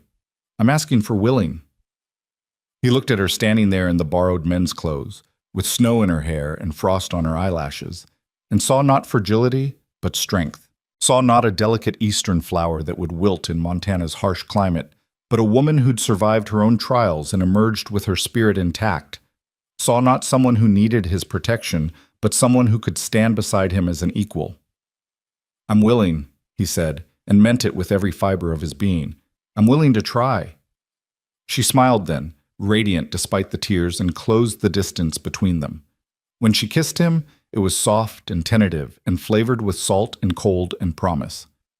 Graham stood frozen for half a heartbeat, shocked by the simple miracle of human contact after so many years of isolation. Then his arms came up and pulled her closer, and he kissed her back with all the desperate hope and terrified longing he'd been holding at bay. When they finally pulled apart, both breathing hard, Wallace's voice drifted across the valley. "I hate to interrupt what appears to be a significant moment, but it's getting colder, and I'd very much like to reach town before my extremities freeze solid." They broke apart, laughing, and Graham realized he was laughing, actually laughing, for the first time in longer than he could remember. Evelyn's hand found his and squeezed, and they walked back to their horses together, their joined hands visible proof that something fundamental had changed. The ride to Pine Creek took on a different quality after the valley. Where before there had been tension and unspoken questions, now there was a fragile understanding, an agreement to try. Graham found himself pointing out landmarks to Evelyn. The ridge where he'd shot his first elk, the meadow where spring wildflowers would bloom in impossible profusion, the creek where he'd learned to fish as a boy. He was sharing his Montana with her, trusting her with the landscape that had shaped him. And she received it all with the same attention she'd given the Timber Valley, seeing not just scenery, but story, understanding that every rock and tree held memory and meaning. They reached Pine Creek just as the sun was setting, painting the town in shades of orange and gold. The sight of the familiar buildings should have brought relief, but instead Graham felt a twist of anxiety. Here, in civilization such as it was, reality would reassert itself. Wallace would conduct his business. Evelyn would have time to reconsider her impulsive decision. The spell of the wilderness would break, and she'd remember all the reasons why staying in Montana was impossible. But as they rode down the main street toward the hotel, Evelyn's hand reached across the gap between their horses and brushed his arm. When he looked over, she was smiling, and the fear in his chest eased slightly. Maybe. Just maybe. They stopped in front of the hotel, where Gerald Foster emerged to greet them, his face showing relief at their safe return. "Thank God. We'd heard about the avalanche up near Broken Ridge. When you didn't come back yesterday, we feared the worst." "We took shelter in the line cabin," Graham explained, dismounting and helping Evelyn down. Her legs were unsteady after hours in the saddle, and she gripped his arms for balance, her face so close to his he could see the flecks of gold in her green eyes. "Well, you're safe now, and that's what matters." Foster gestured toward the hotel. "Come in, warm yourselves. I'll have Martha draw baths and prepare supper." Wallace headed inside immediately, clearly eager for the comforts of civilization, but Evelyn lingered on the boardwalk, and Graham found himself reluctant to leave her. There was something unfinished between them, some acknowledgement that needed to be made. "I should get these horses to the livery," he said, not moving, "and I should go inside, wash off 3 days of trail dust." She didn't move either. They stood there in the gathering dusk, the space between them charged with possibility and uncertainty. Finally, Evelyn spoke. "Will I see you tomorrow?" "If you want to." "I want to." She hesitated, then added, "We need to talk. Really talk. About what staying here would mean, about logistics and reality and all the things we've been avoiding." "I know." He did know, and the knowing terrified him, because talking meant confronting all the reasons why this was impossible, why a wealthy woman from Philadelphia had no business throwing her life away on a Montana rancher. "Morning. I could come by after I finish at the livery. Morning would be good." She reached up and touched his cheek again, the gesture already becoming familiar. "Thank you, Graham, for showing me your mother's valley, for sharing that with me. Thank you for understanding why I needed to." She smiled and turned to go, then paused at the hotel door. "Oh, and Graham, for what it's worth, I think your mother would be proud of the man you've become. Proud that you survived, and proud that you're finally willing to try to do more than just survive." Then she was gone, disappearing into the warm glow of the hotel, and Graham was left standing in the cold evening with his horses and the weight of hope he'd thought he'd never feel again. He took the horses to the livery, spending longer than necessary brushing them down and checking their hooves, delaying the moment when he'd have to ride back to the Circle L and sit alone with his thoughts. Old Pete, the livery owner, watched him work with knowing eyes. "Heard you took the Hart girl into the back country," Pete said, not looking up from the bridle he was mending. "Heard she handled herself pretty well." "She did." "Heard you got caught in that avalanche up by Broken Ridge." Lucky you knew where the line cabin was. Lucky, Graham agreed, though luck didn't begin to describe it. She's a fine woman, that Miss Hart. Pete's tone was carefully casual. Be ashamed to see her head back east. Town could use more folks with backbone. Graham knew what Pete was really asking, knew the old man was one of the few people in Pine Creek who actually gave a damn what happened to him. Maybe she won't go back. Pete's hand stilled on the bridle. That's so. Maybe. Well, Pete set aside his work and looked at Graham directly. If she stays, you be good to her, you hear? Don't let Montana make you cruel. There's enough cruelty in this world without adding to it. I'll try. That's all any of us can do. Pete picked up his work again. Your daddy tried, you know, after your mama passed. He tried real hard to keep going, to be there for you. But grief is a heavy burden, and sometimes a man can't carry it and still function. Don't judge him too harshly. Graham felt his throat tighten. I don't. Good. And don't judge yourself too harshly either. You did what you had to do to survive, and there's no shame in that. But if you get a chance at something more than survival, something that might actually make you happy, don't throw it away out of fear. The words settled into Graham's chest like seeds in winter soil, dormant now, but carrying the potential for growth come spring. He thanked Pete and mounted his horse for the ride back to the ranch. But the old man's wisdom rode with him through the darkness. The Circle L looked lonely when he arrived, a single dark structure against the snow-white landscape. No smoke from the chimney, no light in the windows, no welcoming warmth, just cold reality. This was what he was asking Evelyn to choose, this isolation, this hardship, this grinding daily battle against a land that didn't care whether you lived or died. But as he built up the fire and lit the lamp and made himself a sparse supper, he couldn't help but imagine her there, couldn't help but picture her at the stove cooking, or sitting at the table sketching, or curled up in the chair his mother used to favor, reading by firelight. The house would feel different with her in it, feel less like a shelter and more like a home. The question was whether she'd still feel the same way after a month, a year, a decade of Montana winters. Whether the romance of the frontier would survive contact with its brutal reality. Whether love, if that's what this was, would be enough to sustain her when the loneliness and the cold and the endless work wore away at her spirit. He'd watched it happen to his mother. He couldn't bear to watch it happen to Evelyn. But then he remembered her face when she'd seen the Timber Valley, the wonder and the mourning mixed together, remembered her determination on the trail, the way she'd adjusted to the saddle and the cold without complaint. Remembered her standing in the avalanche's aftermath, shaken but unbroken.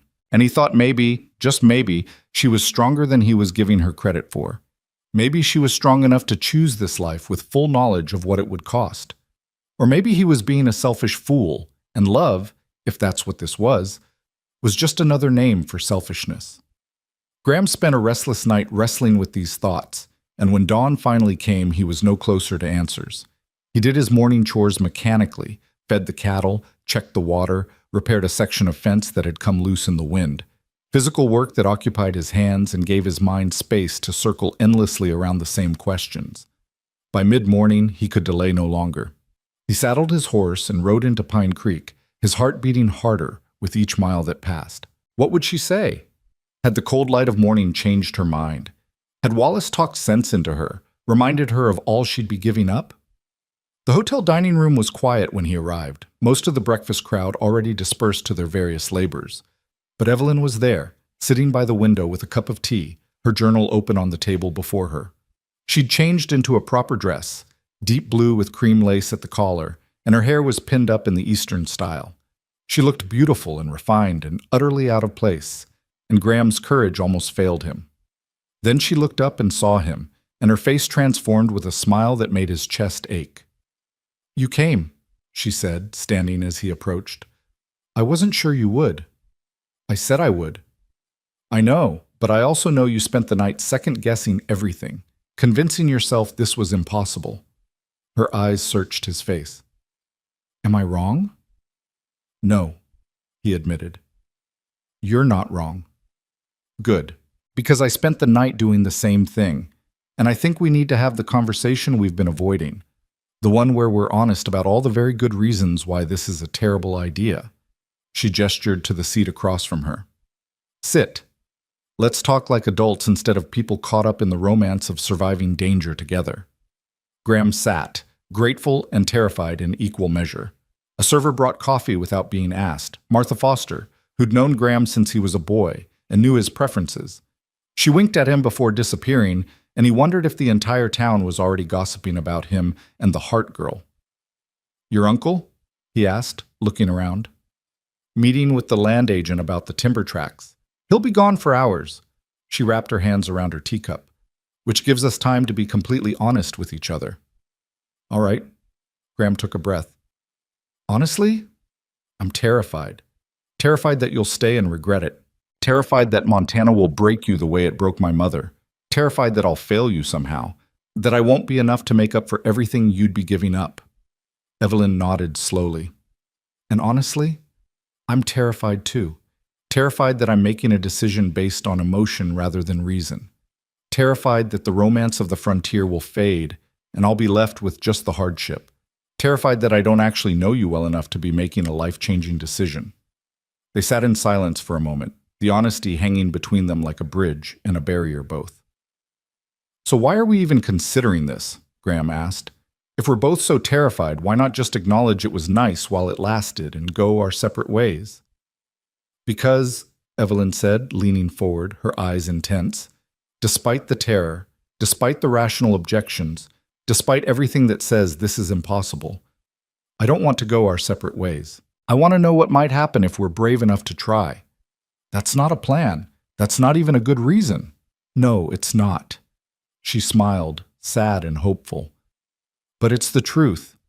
And I think after everything we've been through, we owe each other truth. Graham wanted to argue, wanted to present all the logical reasons why this couldn't work, but looking at her across the table, at this woman who'd ridden into town 4 days ago and somehow turned his entire world on its axis, he couldn't find the words. What would it look like? He asked instead. If you stayed, practically speaking. I don't know. She pulled her journal toward her, open to a blank page. That's what we need to figure out. Let's start with the obvious questions. Where would I live? The ranch house is small, but there's room. We could add on if needed. And what would I do? I'm not going to be a decorative object, Graham. I need purpose. The ranch needs work, lots of it. Someone to keep the books, handle correspondence, manage supplies, someone to help with the cattle come spring, someone to... He stopped, realizing what he was describing. A partner. Not a wife to be taken care of, but a partner who shares the work. Yes. Her eyes lit up. That's exactly what I mean. Could you accept that? Accept me as an equal, not just someone you're responsible for protecting. I don't know, he said honestly. I've been alone for 6 years. I'm used to making decisions without consulting anyone, to doing things my way. It would be an adjustment. For both of us. She made a note in her journal. What about money? I have some savings, enough to help with improvements to the ranch, but I'd be giving up my position in my father's business, which means giving up that income. The Circle L makes enough to live on. Not luxuriously, but comfortably. We wouldn't starve. Graham felt strange discussing finances with her, but it was necessary. Though winters are lean sometimes, there'd be months where we'd have to be careful. I can be careful. She wrote something else. What about society? Pine Creek isn't Philadelphia. There are no opera houses, no art galleries, no literary salons. No, he agreed. But there are people. Good people, mostly. And there's beauty, if you know where to look for it. Your mother's valley isn't the only place worth seeing. I know, I've seen enough to know that. She looked up from her notes. But would it be enough? 10 years from now, 20, would I still feel like it was enough? That's what I don't know. I can't answer that for you. I know. She set down her pen. Graham, I need to tell you something about why I came west. I told you I was suffocating in Philadelphia, but it was more than that. I was dying there. Slowly, invisibly, but dying nonetheless. Every day, feeling more like a ghost in my own life. Going through motions that meant nothing, pretending to care about things that didn't matter. She took a shaky breath. When my uncle asked if I wanted to come to Montana, I said yes before he'd finished the question. Not because I knew what I'd find here, but because I knew I couldn't keep living the way I was. So the real question isn't whether Montana will be enough. It's whether I'm strong enough to build a life that matters, in a place that demands everything I have to give. Graham reached across the table and took her hand, the gesture feeling both natural and monumental. You're strong enough. I've seen it. But strength doesn't mean you have to do it alone. If you stay, if we try this, we face it together. The good and the bad, the beauty and the brutality. Together. Together, she repeated, testing the word. Then she laughed, the sound carrying equal parts joy and disbelief. We're really doing this, aren't we? We're really considering building a life together based on 3 days of knowing each other and one impulsive kiss in a frozen valley. We're considering it, Graham confirmed, but we don't have to decide today. Your uncle's business will keep him here for at least another week. That's time for you to see more of Montana, to see the ranch, to really think about what you'd be choosing. And time for you to decide if you really want this, if you're really willing to let someone back into your life, with all the risk and vulnerability that entails. Her hand tightened on his. Because I meant what I said, Graham. I won't fade away while you watch. If I stay, you have to meet me halfway. You have to be willing to open your heart, even when it terrifies you. I know. He met her eyes. And I'll try. That's all I can promise. I'll try. They sat there for a long time, hands joined across the table, the hotel dining room quiet around them. Outside, Pine Creek went about its business, horses clopping past, men calling greetings, the daily rhythm of frontier life continuing regardless of the monumental decisions being made over cooling coffee and tea. Finally, Evelyn spoke.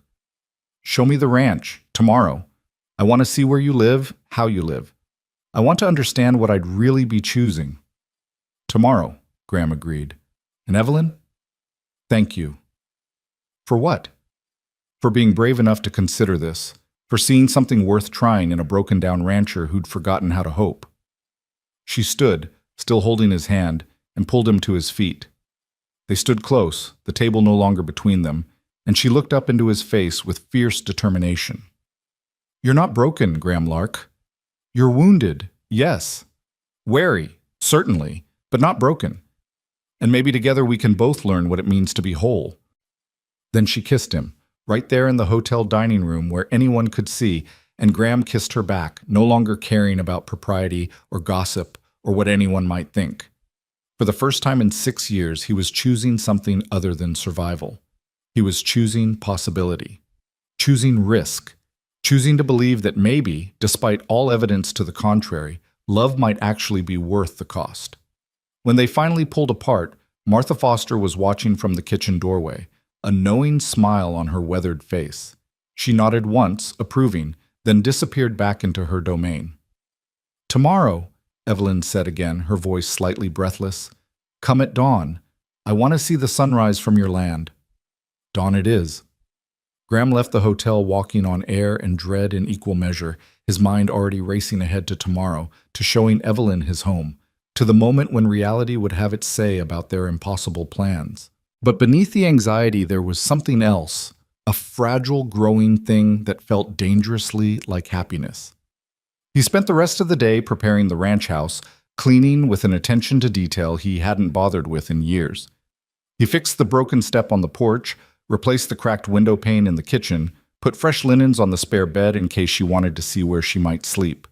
He was nervous as a schoolboy and felt foolish for it, but he couldn't help himself. This mattered. She mattered. And for the first time since his father died, the future felt like something more than just another season to survive. That night, he lay awake listening to the wind test the walls and thought about his mother's valley, about the way Evelyn had understood immediately why that place mattered. Thought about her standing in the avalanche's aftermath, shaken but unbroken.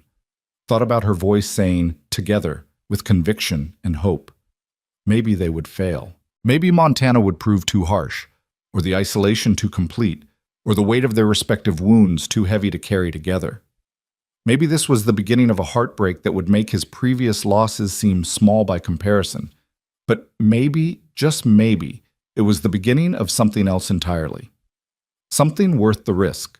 Something his mother would have called a Christmas miracle, even though Christmas had come and gone and winter showed no signs of loosening its grip. Outside, snow began to fall again, and Graham watched it through the window until his eyes grew heavy and sleep finally claimed him. His last thought before darkness took him was of Evelyn's smile and the impossible promise of tomorrow. Dawn would come. She would come with it, and whatever happened after that, at least he would know he'd been brave enough to try. That had to count for something. Dawn came in shades of lavender and rose, painting the snow-covered rangeland in colors so delicate they seemed impossible in a place as harsh as Montana. Graham had been awake for an hour already, pacing the porch despite the cold, watching the road from Pine Creek with an anxiety that made him feel 17 again instead of 25. He changed his shirt twice, combed his hair more times than he cared to admit, and generally behaved like a fool over a woman he'd known less than a week. But she wasn't just any woman. She was Evelyn Hart, and somehow, in the space of those few days, she'd become the axis around which his world turned. He saw her coming while the sky was still more dark than light, a solitary figure on horseback moving through the pre-dawn gloom with confidence that spoke of growing familiarity with western trails. She'd borrowed men's clothes again, the same canvas trousers and wool coat she'd worn into the backcountry, and her hair was braided down her back. Even from a distance, Graham could feel his heart responding to her presence, that strange tightening in his chest that was equal parts hope and terror. She reached the house just as the sun broke over the eastern peaks, flooding the valley with golden light. Graham stepped down from the porch to help her dismount, and when his hands closed around her waist, he felt the rightness of it, the way their bodies already knew how to move together despite the newness of everything between them. "You came," he said, the words inadequate but all he could manage. "Did you think I wouldn't?" She looked up at him, her face glowing in the sunrise, and smiled. "I told you I wanted to see your land. I meant it." "Come on then." He took her horse's reins and led both animals toward the barn. "Let me show you the Circle L." He'd planned this out during his sleepless night, had mapped a route that would show her the ranch at its best while being honest about its challenges. They started with the barn, where his dozen head of cattle were already stirring, their breath fogging in the cold morning air. Evelyn moved among them without fear, running her hands over their flanks, asking intelligent questions about breeding and feed and winter survival rates. "They're beautiful," she said, pausing beside a young heifer. "Healthy looking. You take good care of them." "They're my livelihood. Taking care of them is taking care of myself." He showed her the hay stores, the grain bins, the careful systems he'd developed for winter feeding. "It's not much compared to Eastern operations, I know, but it's mine, free and clear. No debts, no obligations." "That matters," she said, and he could tell she understood the pride behind the words, the hard-won independence they represented. From the barn they walked to the house, and Graham felt his nervousness return as he opened the door and gestured her inside. This was it, the reality of what he was offering. A two-room cabin with a loft, spare and functional, nothing like the Philadelphia townhouse where she'd grown up. But Evelyn moved through the space with thoughtful attention, her artist's eye taking in details he'd stopped noticing years ago. The solid craftsmanship of his father's carpentry, the way morning light came through the east window and painted the rough wooden walls in gold. The shelf of his mother's books, still carefully preserved. The fireplace his grandfather had built from river stone. "It's honest," she said finally, turning to face him. "No pretense, no decoration for decoration's sake. Just what's needed to live and nothing more." Is that a good thing or a bad thing? She moved to the bookshelf, running her fingers over the spines. "It's honest," she repeated, "and I've spent too many years in places that valued appearance over substance. This place values substance. I can respect that." She pulled out a volume, his mother's copy of Wordsworth, and opened it carefully. On the flyleaf, in faded ink, was an inscription. "To Margaret, who understands that beauty exists even in wild places. With love, James." "Your father gave this to your mother," Evelyn said softly, "before they married, before she knew what wild places really meant." Graham took the book from her, stared at his father's handwriting. "I used to think it was a lie, that inscription, that he'd tricked her with romantic words and then brought her to a place that killed romance. But now I think maybe he really believed it. Believed that love and poetry could survive out here. Could they? She took the book back, held it like the precious thing it was. Did they survive for your parents? For a while. Maybe longer than I gave them credit for. He moved to the window, looked out at the land that had shaped and scarred him in equal measure. My mother never stopped loving this place. Not entirely. Even at the end, even when the isolation was crushing her, she'd still have moments where she'd look at the mountains or the sky and her face would light up, like she was remembering why she'd chosen this life. And your father? Did he still love her? Until the day he died. Maybe that's why he died. Walked out into that blizzard checking on cattle he could have checked the next morning. I think part of him wanted to follow her, wanted to stop fighting so hard to stay in a world where she didn't exist anymore. Evelyn set the book down and came to stand beside him at the window. Outside, the ranch spread before them. The barn, the corrals, the fenced pastures stretching toward the tree line, the mountains rising beyond like promises or warnings depending on your perspective. Is that what you're afraid of? She asked quietly. That I'll die and you'll follow? The bluntness of the question should have shocked him, but instead it felt like relief, like someone finally naming the fear that had haunted him for 6 years. Part of it, yes, but more than that, I'm afraid I'll watch you fade the way my mother did. Watch the light go out of your eyes as the winters pile up and the isolation grinds you down. Watch you become a ghost while still alive, going through motions but not really living. And what if I don't fade? She turned to face him fully, her voice gaining strength. What if I'm stronger than your mother was? What if I thrive here instead of just surviving? Then I'd be the luckiest man in Montana. He met her gaze, forced himself to be as honest as she was being. But I'd still be terrified every single day that I'd wake up and find it had all been temporary. That you'd realized you'd made a mistake and there was nothing I could do to fix it. Graham. She took his hands, held them between her own. I can't promise I won't have doubts. I can't promise every day will be easy or that I'll never miss Philadelphia or that this will be some perfect frontier fairy tale. But I can promise that if I make this choice, if I choose to stay, it will be because I've thought it through completely. It won't be impulse or romance or running away from my old life. It will be a conscious decision to build a new life, here, with you. When will you know? The question came out rough, desperate. When will you be sure? I don't know. She squeezed his hands. That's why I'm here. To see everything, understand everything, before I make a choice that will affect the rest of both our lives. He nodded, accepting this even as part of him wanted to demand an answer now, wanted certainty in a situation defined by uncertainty. Then let me show you the rest. They spent the morning riding the property, Graham pointing out boundaries and landmarks, explaining the rhythms of ranch life through the seasons. He showed her where spring runoff created natural irrigation for hay meadows, where winter wind could pile drifts 20 feet high against canyon walls, where his father had died trying to save cattle that weren't worth a man's life. Evelyn absorbed it all in silence, asking occasional questions but mostly just observing, and Graham found himself grateful for her quietness. She wasn't chattering to fill the silence or pretending to understand more than she did.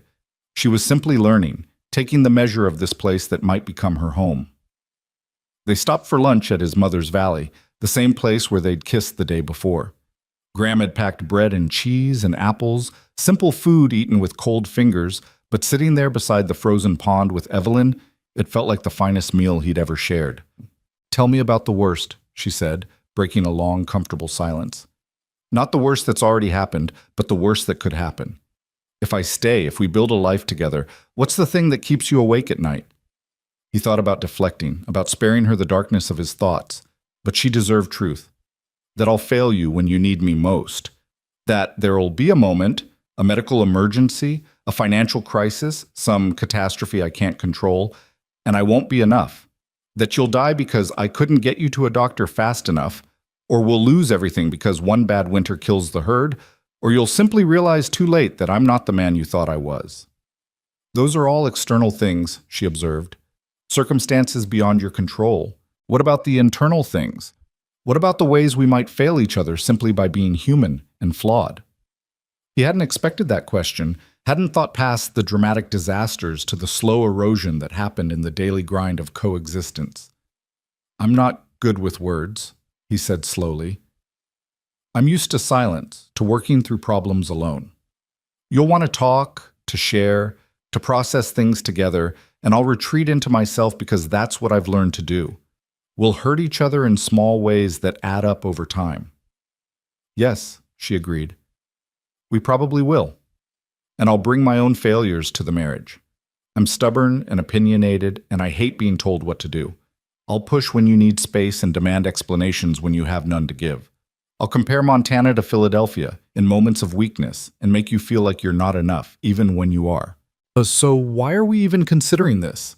The question burst out of him, frustration and fear tangled together. "If we can see all the ways it might fail, all the pain we might cause each other, why not just stop now before we're in too deep?" Evelyn was quiet for a long moment, staring at the frozen pond with an expression he couldn't quite read. Then she turned to face him, and her eyes held something fierce and certain. "Because the alternative is spending the rest of our lives wondering what might have been. Because I've already lived in the safe choice, the sensible choice, the choice that looked perfect on paper and felt like death by inches.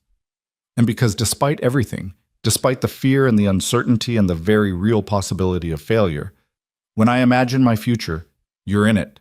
This place is in it. And the not knowing doesn't scare me as much as the thought of never trying." Graham felt something crack open in his chest, some final wall he'd been holding up against hope and possibility. "I don't know how to do this," he admitted. "How to love someone without being terrified of losing them. How to let someone in without feeling like I'm giving them the power to destroy me." "Neither do I," she said. "But maybe we can figure it out together. Maybe that's what love is, not the absence of fear, but the choice to move forward despite it."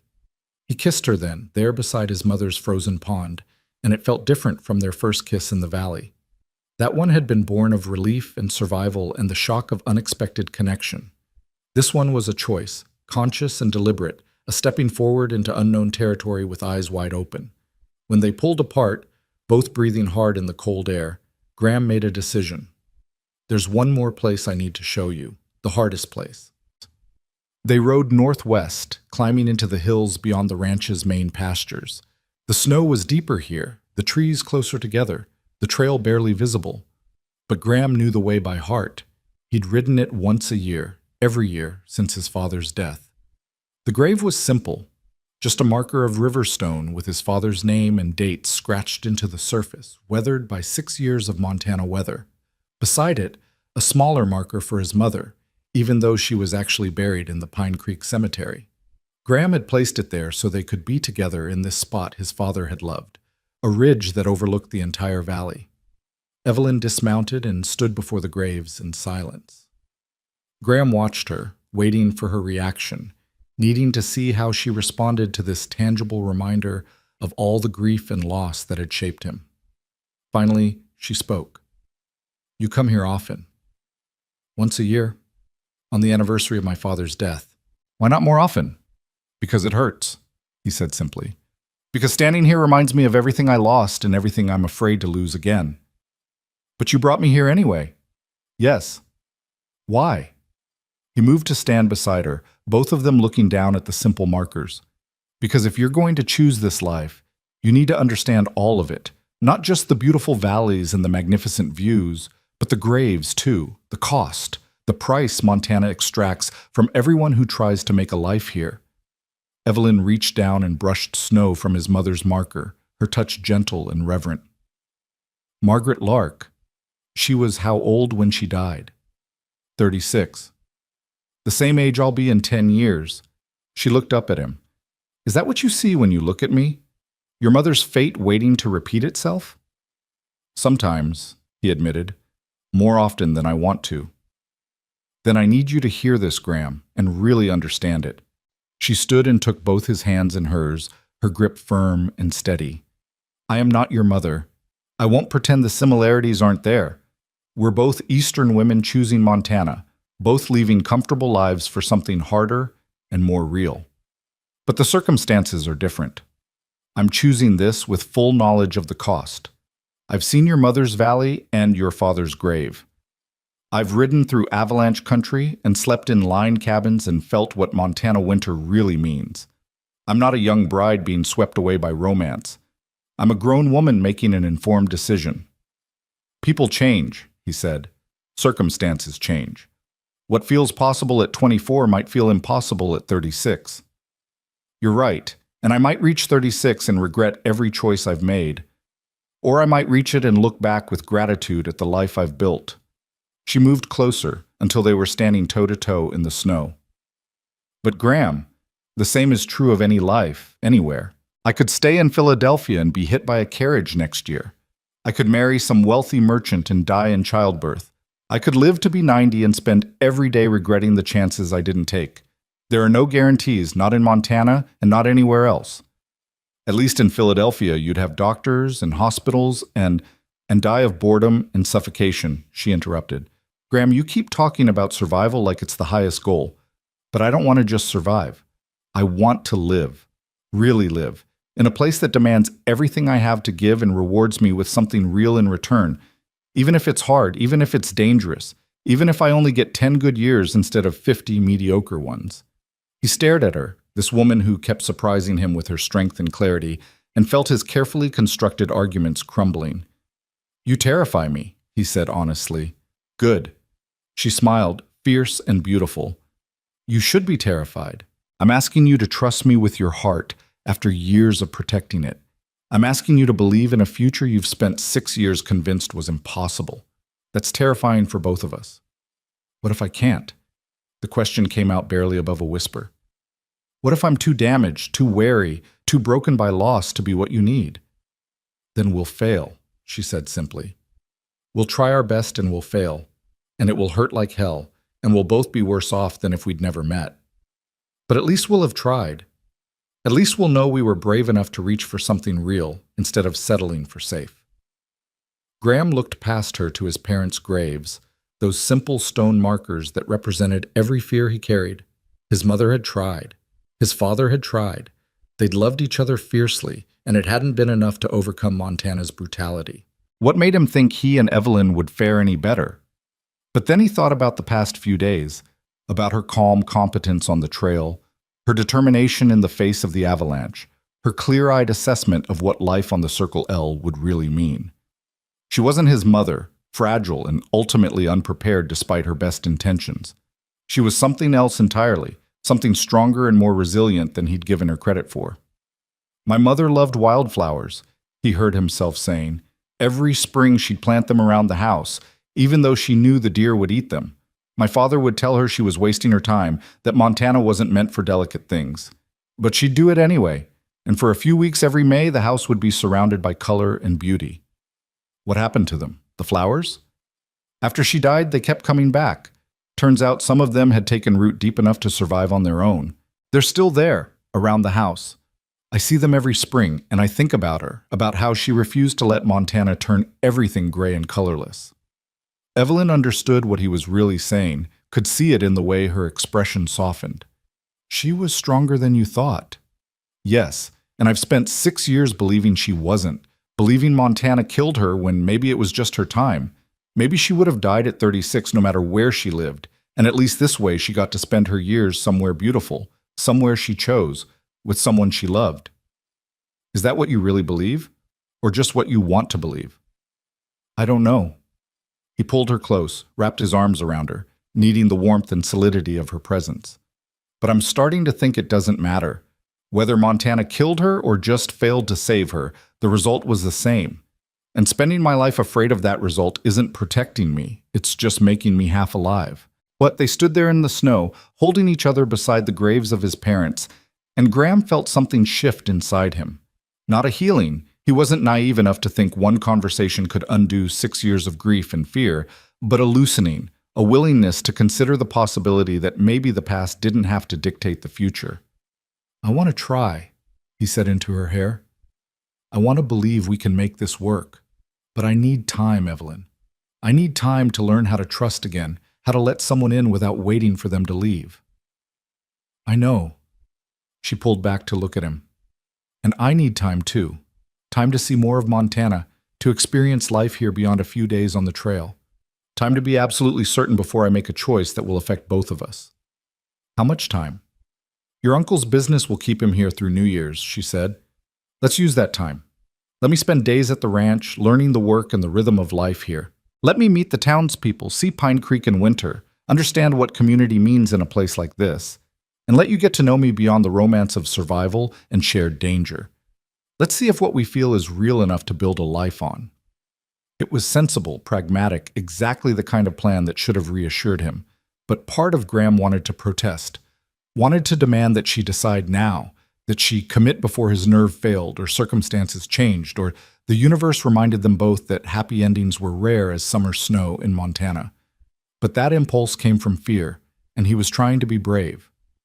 All right, he agreed, through New Year's. And then, if you're still sure, if you still want this life, we'll talk about the future. Really talk. About marriage and partnership and all the practical details we've been avoiding. Deal. She held out her hand, formal and businesslike, and he shook it, both of them suddenly laughing at the absurdity of sealing such a momentous agreement with a handshake beside a pair of graves. But the laughter felt good, felt like release and possibility. And as they rode back toward the ranch, Graham allowed himself to imagine what the next weeks might look like. Evelyn at the stove, learning to cook on a wood-burning range. Evelyn in the barn, helping with morning chores. Evelyn curled up by the fire at night, sketching or reading while he mended tack. The images came easily, naturally, as if some part of him had already accepted what his conscious mind was still fighting. They reached the house as afternoon shadows were lengthening across the snow. Graham unsaddled the horses while Evelyn explored the outbuildings, the chicken coop his mother had insisted on, the root cellar where he stored winter vegetables. When he found her, she was standing in what had been his mother's garden, now just a snow-covered plot marked by the fence posts his father had built. "The wildflowers," she said, gesturing at the buried ground. "They're under there, waiting for spring." "Yes." "Can I plant more? If I stay, I mean. Can I add to what your mother started?" The question hit him harder than it should have. The image of Evelyn continuing his mother's tradition, bringing color and beauty to this harsh place. "Yes," he managed. "I think she'd like that." Evelyn smiled and turned to face the mountains, the setting sun painting the peaks in shades of amber and rose. Graham came to stand beside her, and they watched the light fade together, neither speaking, both lost in their own thoughts about futures that might or might not come to pass. Finally, as the first stars appeared in the darkening sky, Evelyn spoke. "I should get back to town. Uncle Wallace will worry if I'm gone too long." "Stay for supper," Graham heard himself offer. "Nothing fancy, just beans and cornbread, but it would give you a sense of what an ordinary evening looks like here." She hesitated, and he could see the calculation in her eyes. Staying would mean riding back to Pine Creek in the dark, would mean further fuel for the town gossips, would mean crossing another invisible line in their tentative courtship. "All right," she finally said. "I'll stay for supper." They worked together in the small kitchen, Evelyn taking direction but adding her own touches, turning his sparse ingredients into something more substantial than he would have managed alone. And there it was, the domestic scene he'd been imagining, made real. Her presence transformed the space, made it feel less like a bachelor's cabin and more like a home. They ate at the rough wooden table his father had built, and Graham found himself talking more than he had in months, telling her stories about his childhood, his parents, the early years of running the ranch alone. And she shared her own stories, about growing up in Philadelphia society, about her mother's death and its aftermath, about the slow suffocation of living a life other people had planned for her. "I used to sketch secretly," she admitted, "hide my journals and pencils because my father thought art was frivolous, something to be enjoyed as a spectator, but never pursued seriously. When I finally showed him my work, hoping he'd see it as valuable, he offered to pay for lessons so I could develop some polish and be more interesting at parties. That must have hurt. It did. But it also showed me that staying in that world meant making myself smaller, dimming my own light to make others comfortable. And I couldn't do it anymore. Couldn't spend my whole life being decorative and deferential and dead inside." "Is that why you said yes when your uncle invited you west?" "Part of it. but also because I wanted to see if there was a version of myself I hadn't discovered yet, a version that existed outside the expectations and limitations of the world I grew up in. She met his eyes across the table. I think maybe I'm finding her here. Graham felt his throat tighten with emotion he couldn't quite name. I'm glad, he said simply, and meant it with every fiber of his being. After supper, they sat by the fire, the dishes washed and put away, the house settling around them with creaks and sighs. Evelyn had pulled out her journal and was sketching while Graham pretended to read but was actually watching her, mesmerized by the focused intensity on her face as her hand moved across the page. What are you drawing? She turned the journal so he could see. It was the kitchen, captured in quick, confident lines. The wood stove, the table, the window overlooking the darkening valley. But she'd added something that hadn't been there. Flowers in a jar on the table, bringing life and color to the sparse space. Wildflowers, she said, for spring. A reminder that winter doesn't last forever. He couldn't speak past the lump in his throat, so he just nodded, and she went back to her sketching, and they sat in comfortable silence until the fire burned low and the hour grew late. When it was time for her to leave, Graham saddled her horse in his own. I'm riding with you, he said, brooking no argument. You're not traveling alone after dark. They rode through the winter night toward Pine Creek, the stars brilliant overhead, their horses' breath fogging white in the cold. When they reached town, Graham accompanied her all the way to the hotel, helped her dismount, stood with her on the boardwalk in the lamplight. Thank you, she said, for today, for showing me everything, the beautiful and the hard, for trusting me enough to be honest. Thank you for not running when you saw what you'd really be choosing. She laughed softly. The day's not over yet. Give me time to process everything, and I might still come to my senses. If you do, I'll understand. I know you will. That's part of what makes this so hard. She reached up and touched his face, the gesture already familiar. You'd let me go without a fight, wouldn't you? If I decided this was too much, too hard, too impossible. Yes, he admitted, because keeping you here against your will, against your better judgment, would just be repeating my father's mistake. I won't do that to you. What if I want you to fight for me? What if I need to know that you want this badly enough to argue when I have doubts? The question caught him off guard. I don't know how to do both. Let you choose freely and fight for you to stay. They seem like opposite things. Maybe they are, or maybe the real skill is knowing which one is needed when. She smiled up at him. We're going to get this wrong sometimes, Graham. We're going to hurt each other and misunderstand each other and fail each other in ways we can't even anticipate yet. And we need to be okay with that. Need to promise we'll keep trying even when it's messy and difficult. I can promise that, he said. I can promise I'll try, even when I fail, even when I want to retreat into silence and self-protection. I'll keep trying. Then that's enough. For now, that's enough. She kissed him goodnight there on the hotel boardwalk, and Graham rode back to the Circle L with his heart full of hope and terror in equal measure. The next weeks would tell him whether this fragile, impossible thing between them could survive the test of time and reality. Whether love, if that's what this was, could take root deep enough to weather Montana's storms. He thought about his mother's wildflowers still coming back year after year despite the deer and the drought and the killing frosts. Thought about her refusal to let Montana make everything colorless, her insistence on beauty even when beauty seemed impossible. Maybe that was the lesson he'd been too blind to see. Not that loving in Montana was foolish or doomed, but that it required the same stubborn determination as everything else worth having in this harsh land. The willingness to plant beauty knowing it might not survive, but planting it anyway because the alternative was a world with no color at all. When he reached the ranch, the house felt different than it had that morning. Less like a tomb of memories and more like a place where the future might actually happen. He built up the fire and sat at the table with a cup of coffee, and in the flickering light he could almost see her there. Evelyn with her journal, her fierce determination, her refusal to settle for half-lived life. The next weeks would be hard, would test them both in ways neither could fully anticipate. But for the first time in 6 years, Graham Lark was willing to believe that maybe, just maybe, the hardest things were also the things most worth fighting for. Outside, snow began to fall again, soft and silent, covering the world in white. But inside the Circle L ranch house, surrounded by his parents' memories and the ghost of a future not yet realized, Graham felt something he'd thought was lost forever. He felt hope. The days between Christmas and New Year's passed in a rhythm that felt both achingly slow and impossibly fast.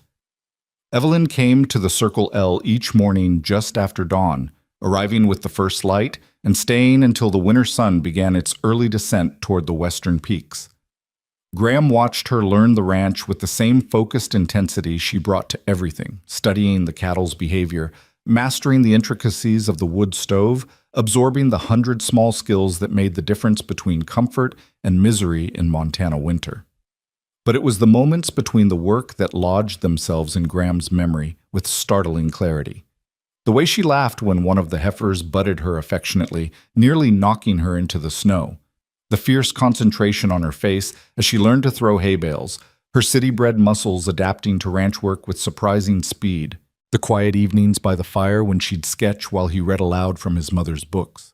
Their voices filling the cabin with something that felt dangerously close to belonging. On the fourth day she arrived with news that made Graham's stomach clench with anxiety he couldn't quite suppress. "Uncle Wallace closed the deal on the timber tracts yesterday," she said, brushing snow from her coat as she entered the house. "He'll be heading back to Philadelphia in 3 days, the day after New Year's." Graham set down the coffee pot with careful precision, buying himself time to process what she'd just said. 3 days. 3 days and Wallace Hart would leave Pine Creek, and the question of whether Evelyn would leave with him would finally demand an answer. "That's good," he managed. "I mean, good for his business." "Graham." She crossed the room and took his hands, her touch warm despite the cold morning. "We need to talk about this. Really talk. Not dance around it the way we've been doing." "I know." "Do you?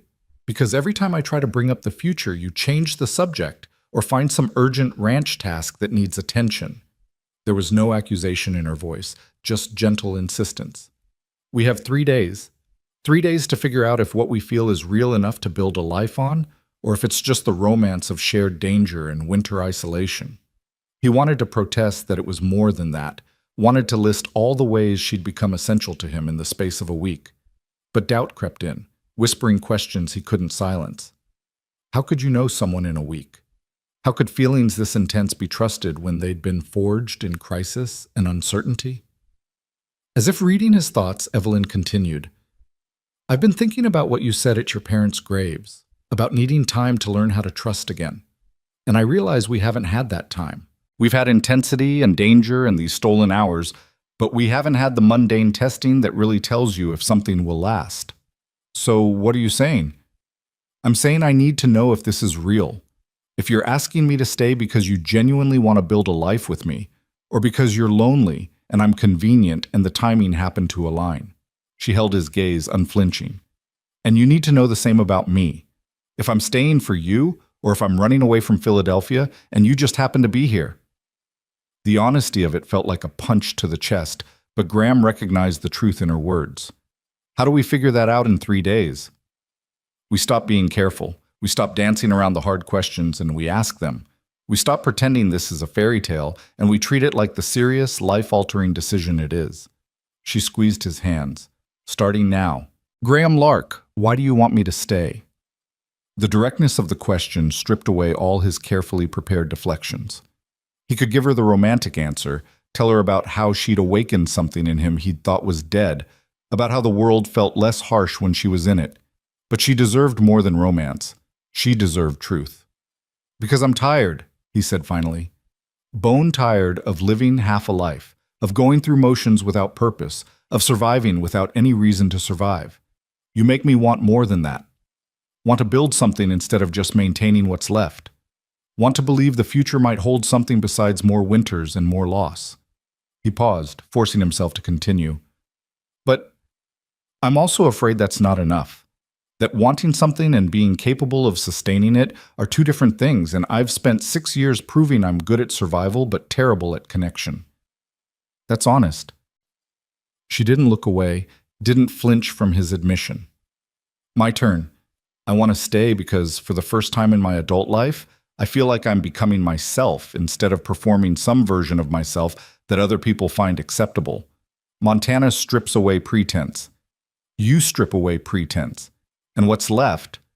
The woman who throws hay bales badly and burns breakfast and asks too many questions. That woman feels more real than anyone I've been in Philadelphia. But I'm also afraid I'm romanticizing hardship, that I'm confusing the thrill of something new and challenging with genuine desire to make this my life. That 6 months from now, when the novelty wears off and it's just cold and hard and lonely, I'll resent you for not talking me out of it. They stood there in the morning light, hands joined, both their fears laid bare between them. It should have felt like an ending, like the moment where common sense prevailed and they acknowledged the impossibility of what they'd been considering. Instead, it felt like the first honest conversation they'd had, the first time they'd stopped performing and just been. "So what do we do?" Graham asked. "We test it. Today, right now, we stop being romantic, and we be practical.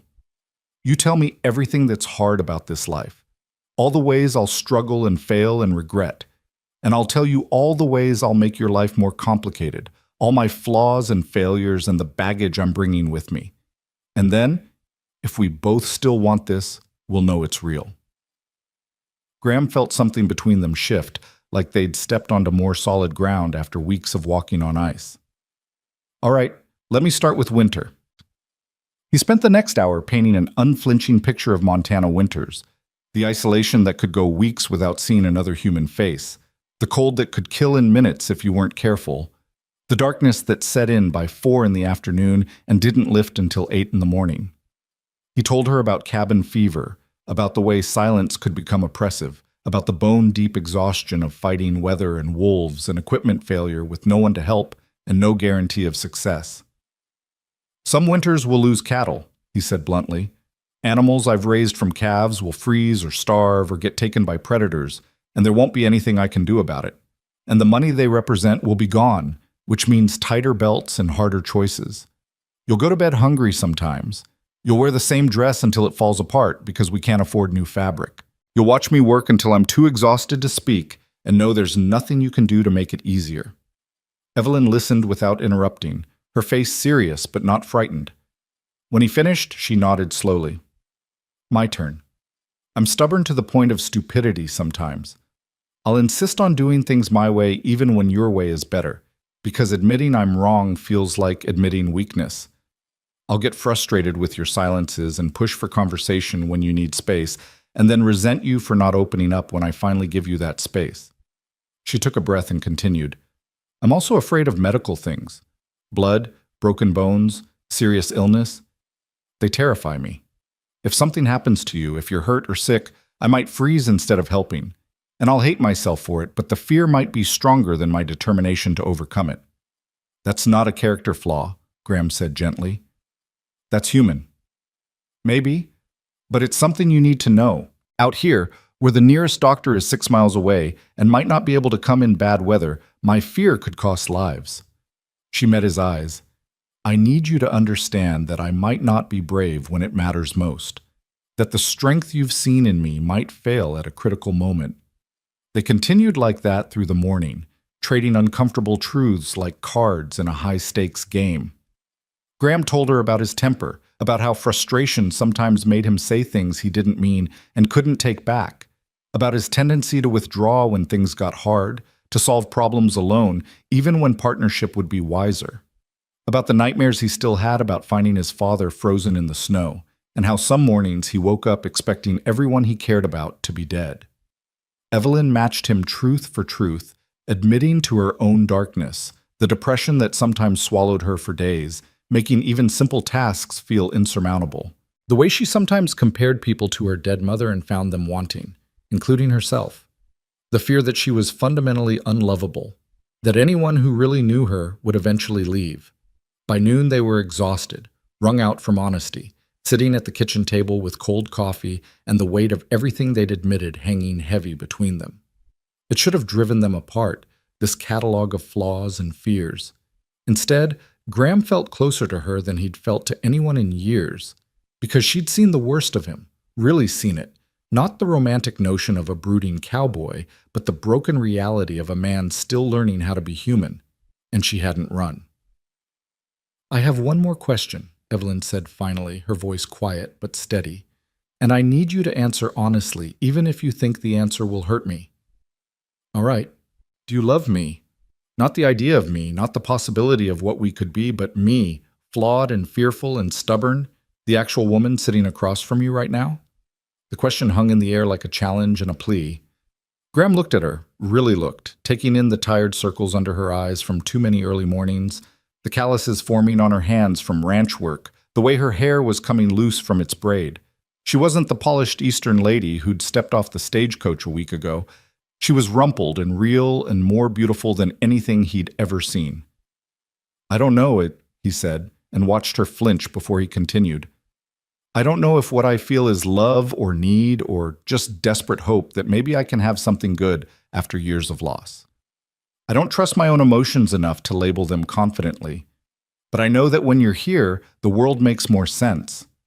I know that I think about your happiness more than my own comfort. I know that the thought of you leaving makes me feel like I'm losing something essential, like a limb or a lung or some vital piece of myself.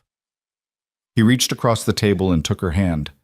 And I know that whatever this is, love or the beginning of love or something that hasn't been named yet, it's real enough that I'm willing to risk everything to find out where it leads. Is that enough for you?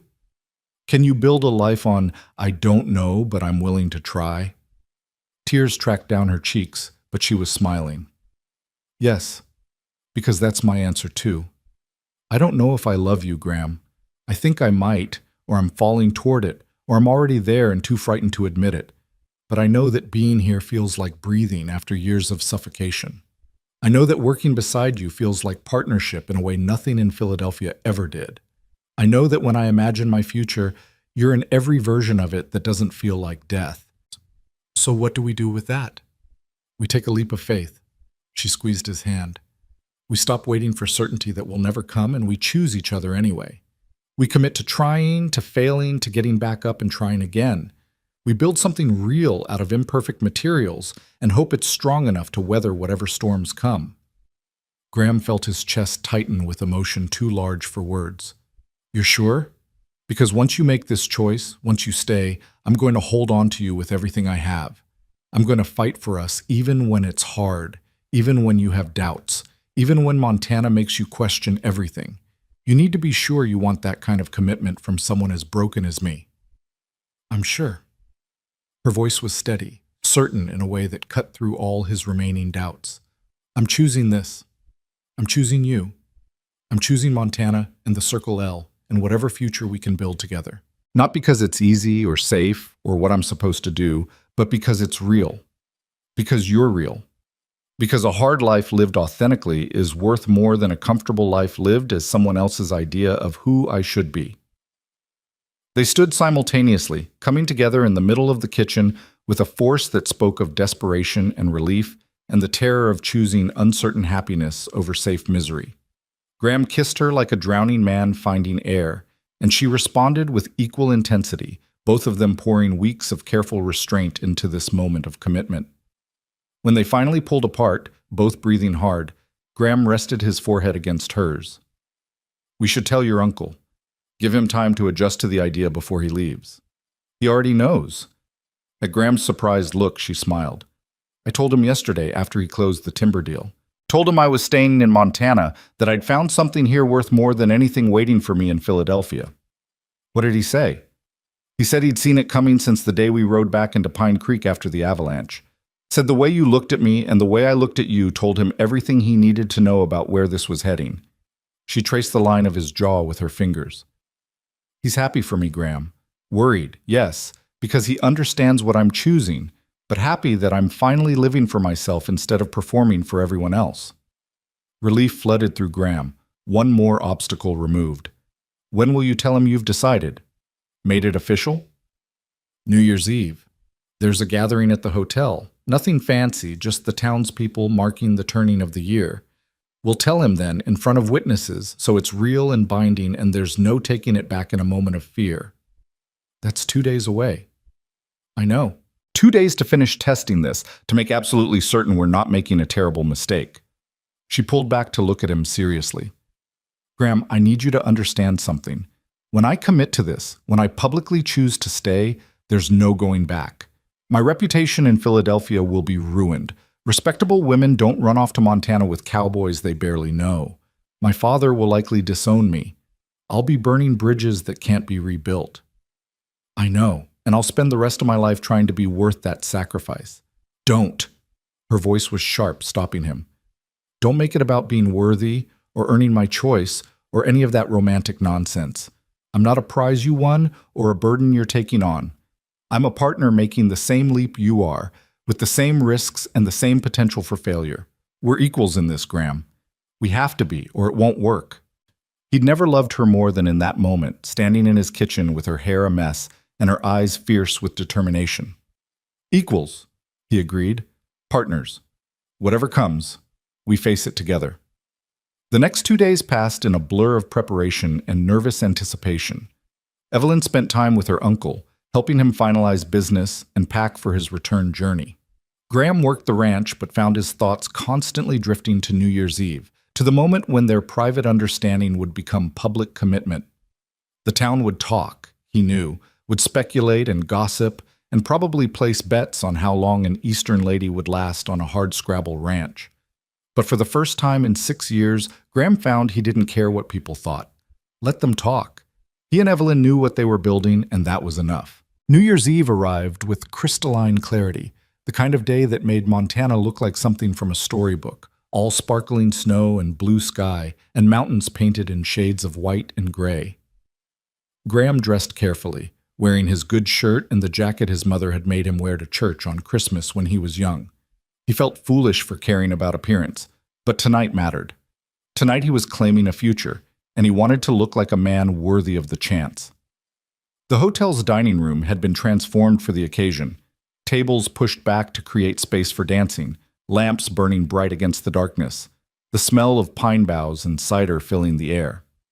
The whole town seemed to have turned out, ranchers and shopkeepers, the sheriff and the preacher, families with children, and old-timers who'd seen Montana change from wilderness to territory to something approaching civilization.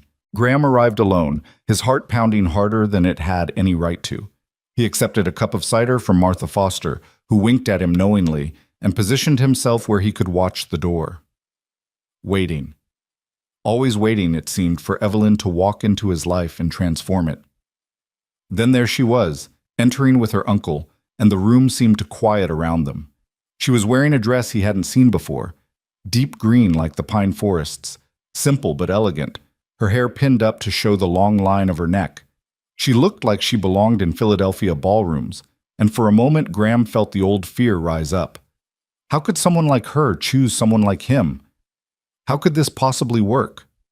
But then her eyes found his across the room, and she smiled, and all his doubts dissolved. Because the way she looked at him, like he was the only person in the room, like he was worth crossing a continent for, like he was home, that look was real. That look was a choice, conscious and deliberate, and more precious than anything he'd ever been given. She crossed the room to him, her uncle following, and suddenly they were the center of attention, everyone watching to see what would happen next. Graham felt exposed, vulnerable, but Evelyn's hand found his and squeezed, and he drew strength from her touch. "Folks," Wallace Hart's voice carried across the room, commanding attention the way a lifetime in business had taught him. "I want to share some news with you all before I head back east tomorrow. My niece Evelyn has decided to stay in Montana. She's found something here worth more than what waits for her in Philadelphia." He paused, looking between Evelyn and Graham with approval and concern mingled. "She's found a future worth fighting for, and a man brave enough to build it with her." The room erupted in conversation, some approving, some skeptical, everyone having an opinion about the Eastern lady and the hermit rancher. But Graham barely heard it, because Evelyn was looking at him with tears in her eyes and a smile on her face. "It's done," she whispered. "No taking it back now." "Good," he said, and meant it with every fiber of his being. "Because I don't want to take it back. I want to move forward, with you, starting now." Sheriff Dawson stepped forward then, clearing his throat for attention. "Seems to me that if these two are making commitments, we ought to do it proper. Preacher Matthews is right here, and there's no better time than the start of a new year to start a new life. What do you say, Graham? You want to make this official?" Graham's mind reeled. He'd expected to have time, to plan a proper proposal, to do this right. But looking at Evelyn, at the hope and fear and determination in her eyes, he realized time and planning didn't matter. What mattered was the choice, the leap, the willingness to commit despite uncertainty. "Evelyn Hart," he said, loud enough for the whole room to hear, "I'm not going to make you pretty promises about how easy this will be. I'm not going to pretend I'm not terrified or flawed or still learning how to be human again, but I will promise to try, to choose you every morning and every night, to build something real with you, something worth the risks we're both taking. Will you marry me? Tonight, in front of these witnesses, so there's no backing out when we both come to our senses?" She laughed through tears, the sound bright and joyful. "Yes. Yes, absolutely yes.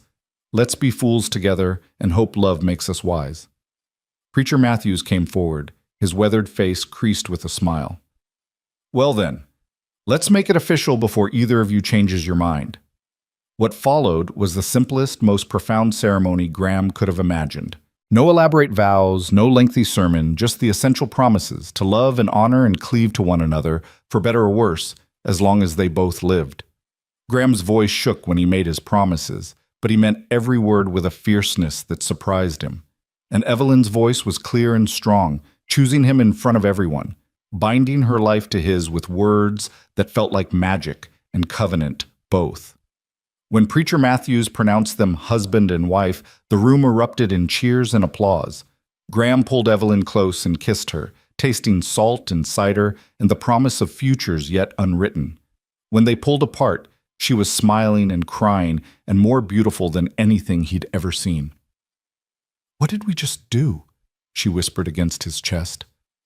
"Something terrifying and necessary." He held her tighter. "Something our parents would probably call both brave and foolish." "Good. I'm tired of safe choices that make sense to everyone but me." They spent the rest of the evening accepting congratulations and well wishes, enduring teasing and advice from the townspeople who'd known Graham his whole life and were shocked to see him with a wife. Old Pete from the livery hugged Evelyn and told her she'd do fine. She had the look of someone with staying power. Martha Foster pressed a recipe book into her hands, whispering tips about cooking at high altitude. Sheriff Dawson clapped Graham on the shoulder and said it was about damn time he stopped brooding and started living. Through it all, Graham kept waiting for the other shoe to drop, for reality to intrude and reveal this as the foolish mistake everyone would later claim they'd seen coming. But it didn't happen. Instead, as midnight approached and the new year drew near, he felt something he thought was lost forever settling into his chest. Peace. Contentment. The sense of having found something worth protecting instead of just surviving through. When midnight came, the room counted down together, voices rising in unison until the new year arrived with shouts and embraces, and the sound of pots being banged together outside. Graham turned to his wife, the words still strange and wonderful, and kissed her as 1885 became 1886, as their old lives ended and their new life began. "Happy New Year, Mrs. Lark," he murmured against her lips.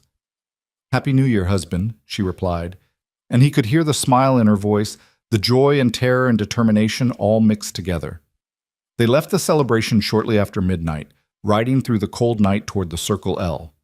Snow began falling as they traveled, soft flakes catching in Evelyn's hair and melting on her cheeks. When they reached the ranch, Graham helped her down from her horse, and they stood for a moment looking at the house, this place that was now their home instead of his solitary refuge. "It's not much," he said, suddenly nervous about what she must be thinking, comparing this rough cabin to the Philadelphia townhouse she'd left behind. "It's perfect," she said simply. "It's ours." They went inside together, Graham building up the fire while Evelyn explored with new eyes, seeing the space not as a visitor but as a resident. She touched his mother's books, examined the cooking implements, tested the chair by the fire. Graham watched her, still half expecting her to realize what she'd given up and break down in tears or recriminations. Instead, she turned to him with a smile. "Show me where you keep the coffee. I'm going to need to know these things if I'm going to be a proper ranch wife." "There's nothing proper about this," Graham said, crossing to her. "Nothing traditional or sensible or even remotely wise. We got married after knowing each other a week. We're basing our entire future on feelings we can't name and faith we barely have. I know. She pulled him close, her arms wrapping around his waist. Isn't it wonderful? He laughed then, really laughed, and pulled her toward him for a kiss that tasted like snow and promise and the terrifying beauty of new beginnings. When they pulled apart, he rested his forehead against hers and spoke words he'd thought he'd never say again. I love you, Evelyn Lark. I don't know when it happened or how, but somewhere between the avalanche and the graves and your stubborn refusal to let me hide, I fell in love with you, and I'm going to spend the rest of my life trying to deserve the choice you made. I love you too, she whispered back. And you already deserve it, Graham. You deserve happiness and partnership and someone who sees you clearly and loves you anyway. We both deserve this. We both deserve a chance at something real. They stood there in the firelight, two broken people who'd somehow found wholeness in each other, and Graham felt his mother's presence like a blessing. She would have loved Evelyn, he realized, would have seen in her the same strength and determination that had brought her west all those years ago, would have approved of this leap into uncertainty, this choice of hard authenticity over comfortable pretense. The winter stretched ahead of them, long and testing and full of challenges neither could fully anticipate. There would be hard days, Graham knew, days when the isolation felt crushing and the work felt endless and they'd both question whether this impossible gamble would pay off. Days when his silence would hurt her and her expectations would frustrate him, and they'd have to relearn how to be partners instead of just two people sharing space. But there would also be good days. Spring days when wildflowers would bloom around the house, continuing his mother's tradition and making it their own. Summer days spent working together, building the ranch into something sustainable and real. Fall days watching the aspens turn gold and feeling grateful for the harvest they'd brought in together. And winter days like this one, wrapped in each other's warmth while the Montana cold tested their walls and found them strong. Months later, as Graham had envisioned during those uncertain days before New Year's, wildflowers did bloom around the Circle L porch. Evelyn had ordered seeds from a catalog, had studied his mother's planting patterns, had added her own touches to create something that honored the past while embracing the future. Graham would come in from working the cattle and find her there, kneeling in the dirt with her hands in the soil, coaxing beauty from the harsh Montana ground. One evening in late May, when the world was green and gold and the winter's hardships felt distant, Graham stood on the porch watching her work. She'd taken to ranch life with the same fierce determination she brought to everything, mastering skills that had taken him years to learn, bringing efficiency and organization to aspects of the operation he'd been too stubborn to improve. She'd been right about the partnership. She wasn't decorative or delicate or any of the things he'd feared. She was strong and capable and more essential to the ranch's success than he could have imagined, more essential to his happiness than he'd dared to hope. She looked up and caught him watching, and her face transformed with a smile that still made his chest ache. "Come see," she called. "The lupines are finally blooming." He went to her, knelt beside her in the dirt, and looked at the purple flowers nodding in the evening breeze. "They're beautiful." "Your mother would have loved them," Evelyn said, leaning against his shoulder. "I wish I could have known her, could have thanked her for raising a son stubborn enough to survive and brave enough to love again." "She would have loved you," Graham said, pulling her close. "Would have seen what I was too blind to see at first, that strength comes in many forms, and sometimes the bravest thing is choosing an uncertain future over a safe past. Do you regret it?" The question was soft, vulnerable. "Choosing me? Letting me stay?" Graham thought about the past months, the hard days and the good ones, the arguments and the reconciliations, the slow building of something real and lasting. Thought about waking up each morning with Evelyn beside him, about the way the house felt like a home instead of a tomb, about the future that stretched ahead of them full of possibility instead of just more winters to survive. "Not for a second," he said, and meant it absolutely. "You made my Christmas wish come true, Evelyn, the one I didn't know I had. The wish for something worth living for instead of just surviving through." She turned in his arms and kissed him there among the wildflowers, and Graham felt the rightness of it settle into his bones. This was what his mother had tried to show him all those years ago, standing beside the frozen pond and insisting that even winter couldn't kill beauty. That love was worth the risk, worth the pain, worth the uncertainty, because without it, Life was just an endless series of seasons to be endured rather than experienced. The wind swept through the valley then, carrying the scent of pine and wildflowers, and Graham held his wife close and watched the sun paint the mountains in shades of amber and rose. Montana was still harsh, still unforgiving, still testing them every day in ways large and small. But they were facing it together now, two people who'd been broken by loss and remade by love, building something that would last not despite the hardship, but because of it. Because the things worth having, Graham had learned, were the things you had to fight for. The things that demanded everything and gave back more than you'd ever imagined. The things that scared you and challenged you and made you better than you'd been alone. And Evelyn Hart, now Evelyn Lark, his wife, his partner, his Christmas miracle, was worth every risk, every fear, every leap of faith it had taken to find her. As the stars began to appear in the darkening sky, they went inside together, to the home they'd built and the life they were creating one day at a time. The future was uncertain, as futures always were, but they would face it together. And that, Graham knew, was more than enough. That was everything. The cowboy who'd wanted nothing for Christmas had gotten something far better than he'd dared to wish for. He'd gotten a second chance at happiness, a partner who saw him clearly and loved him anyway, and a future that held more than just survival. He'd gotten home, not a place, but a person. Not safety, but belonging. Not the absence of fear, but the courage to choose love despite it. And as snow began to fall again outside their window, soft and silent and eternal, Graham Lark smiled and pulled his wife close and gave thanks for the impossible gift of her presence. For the wildflowers that would bloom again next spring. For the life they were building together in this beautiful, brutal, magnificent place.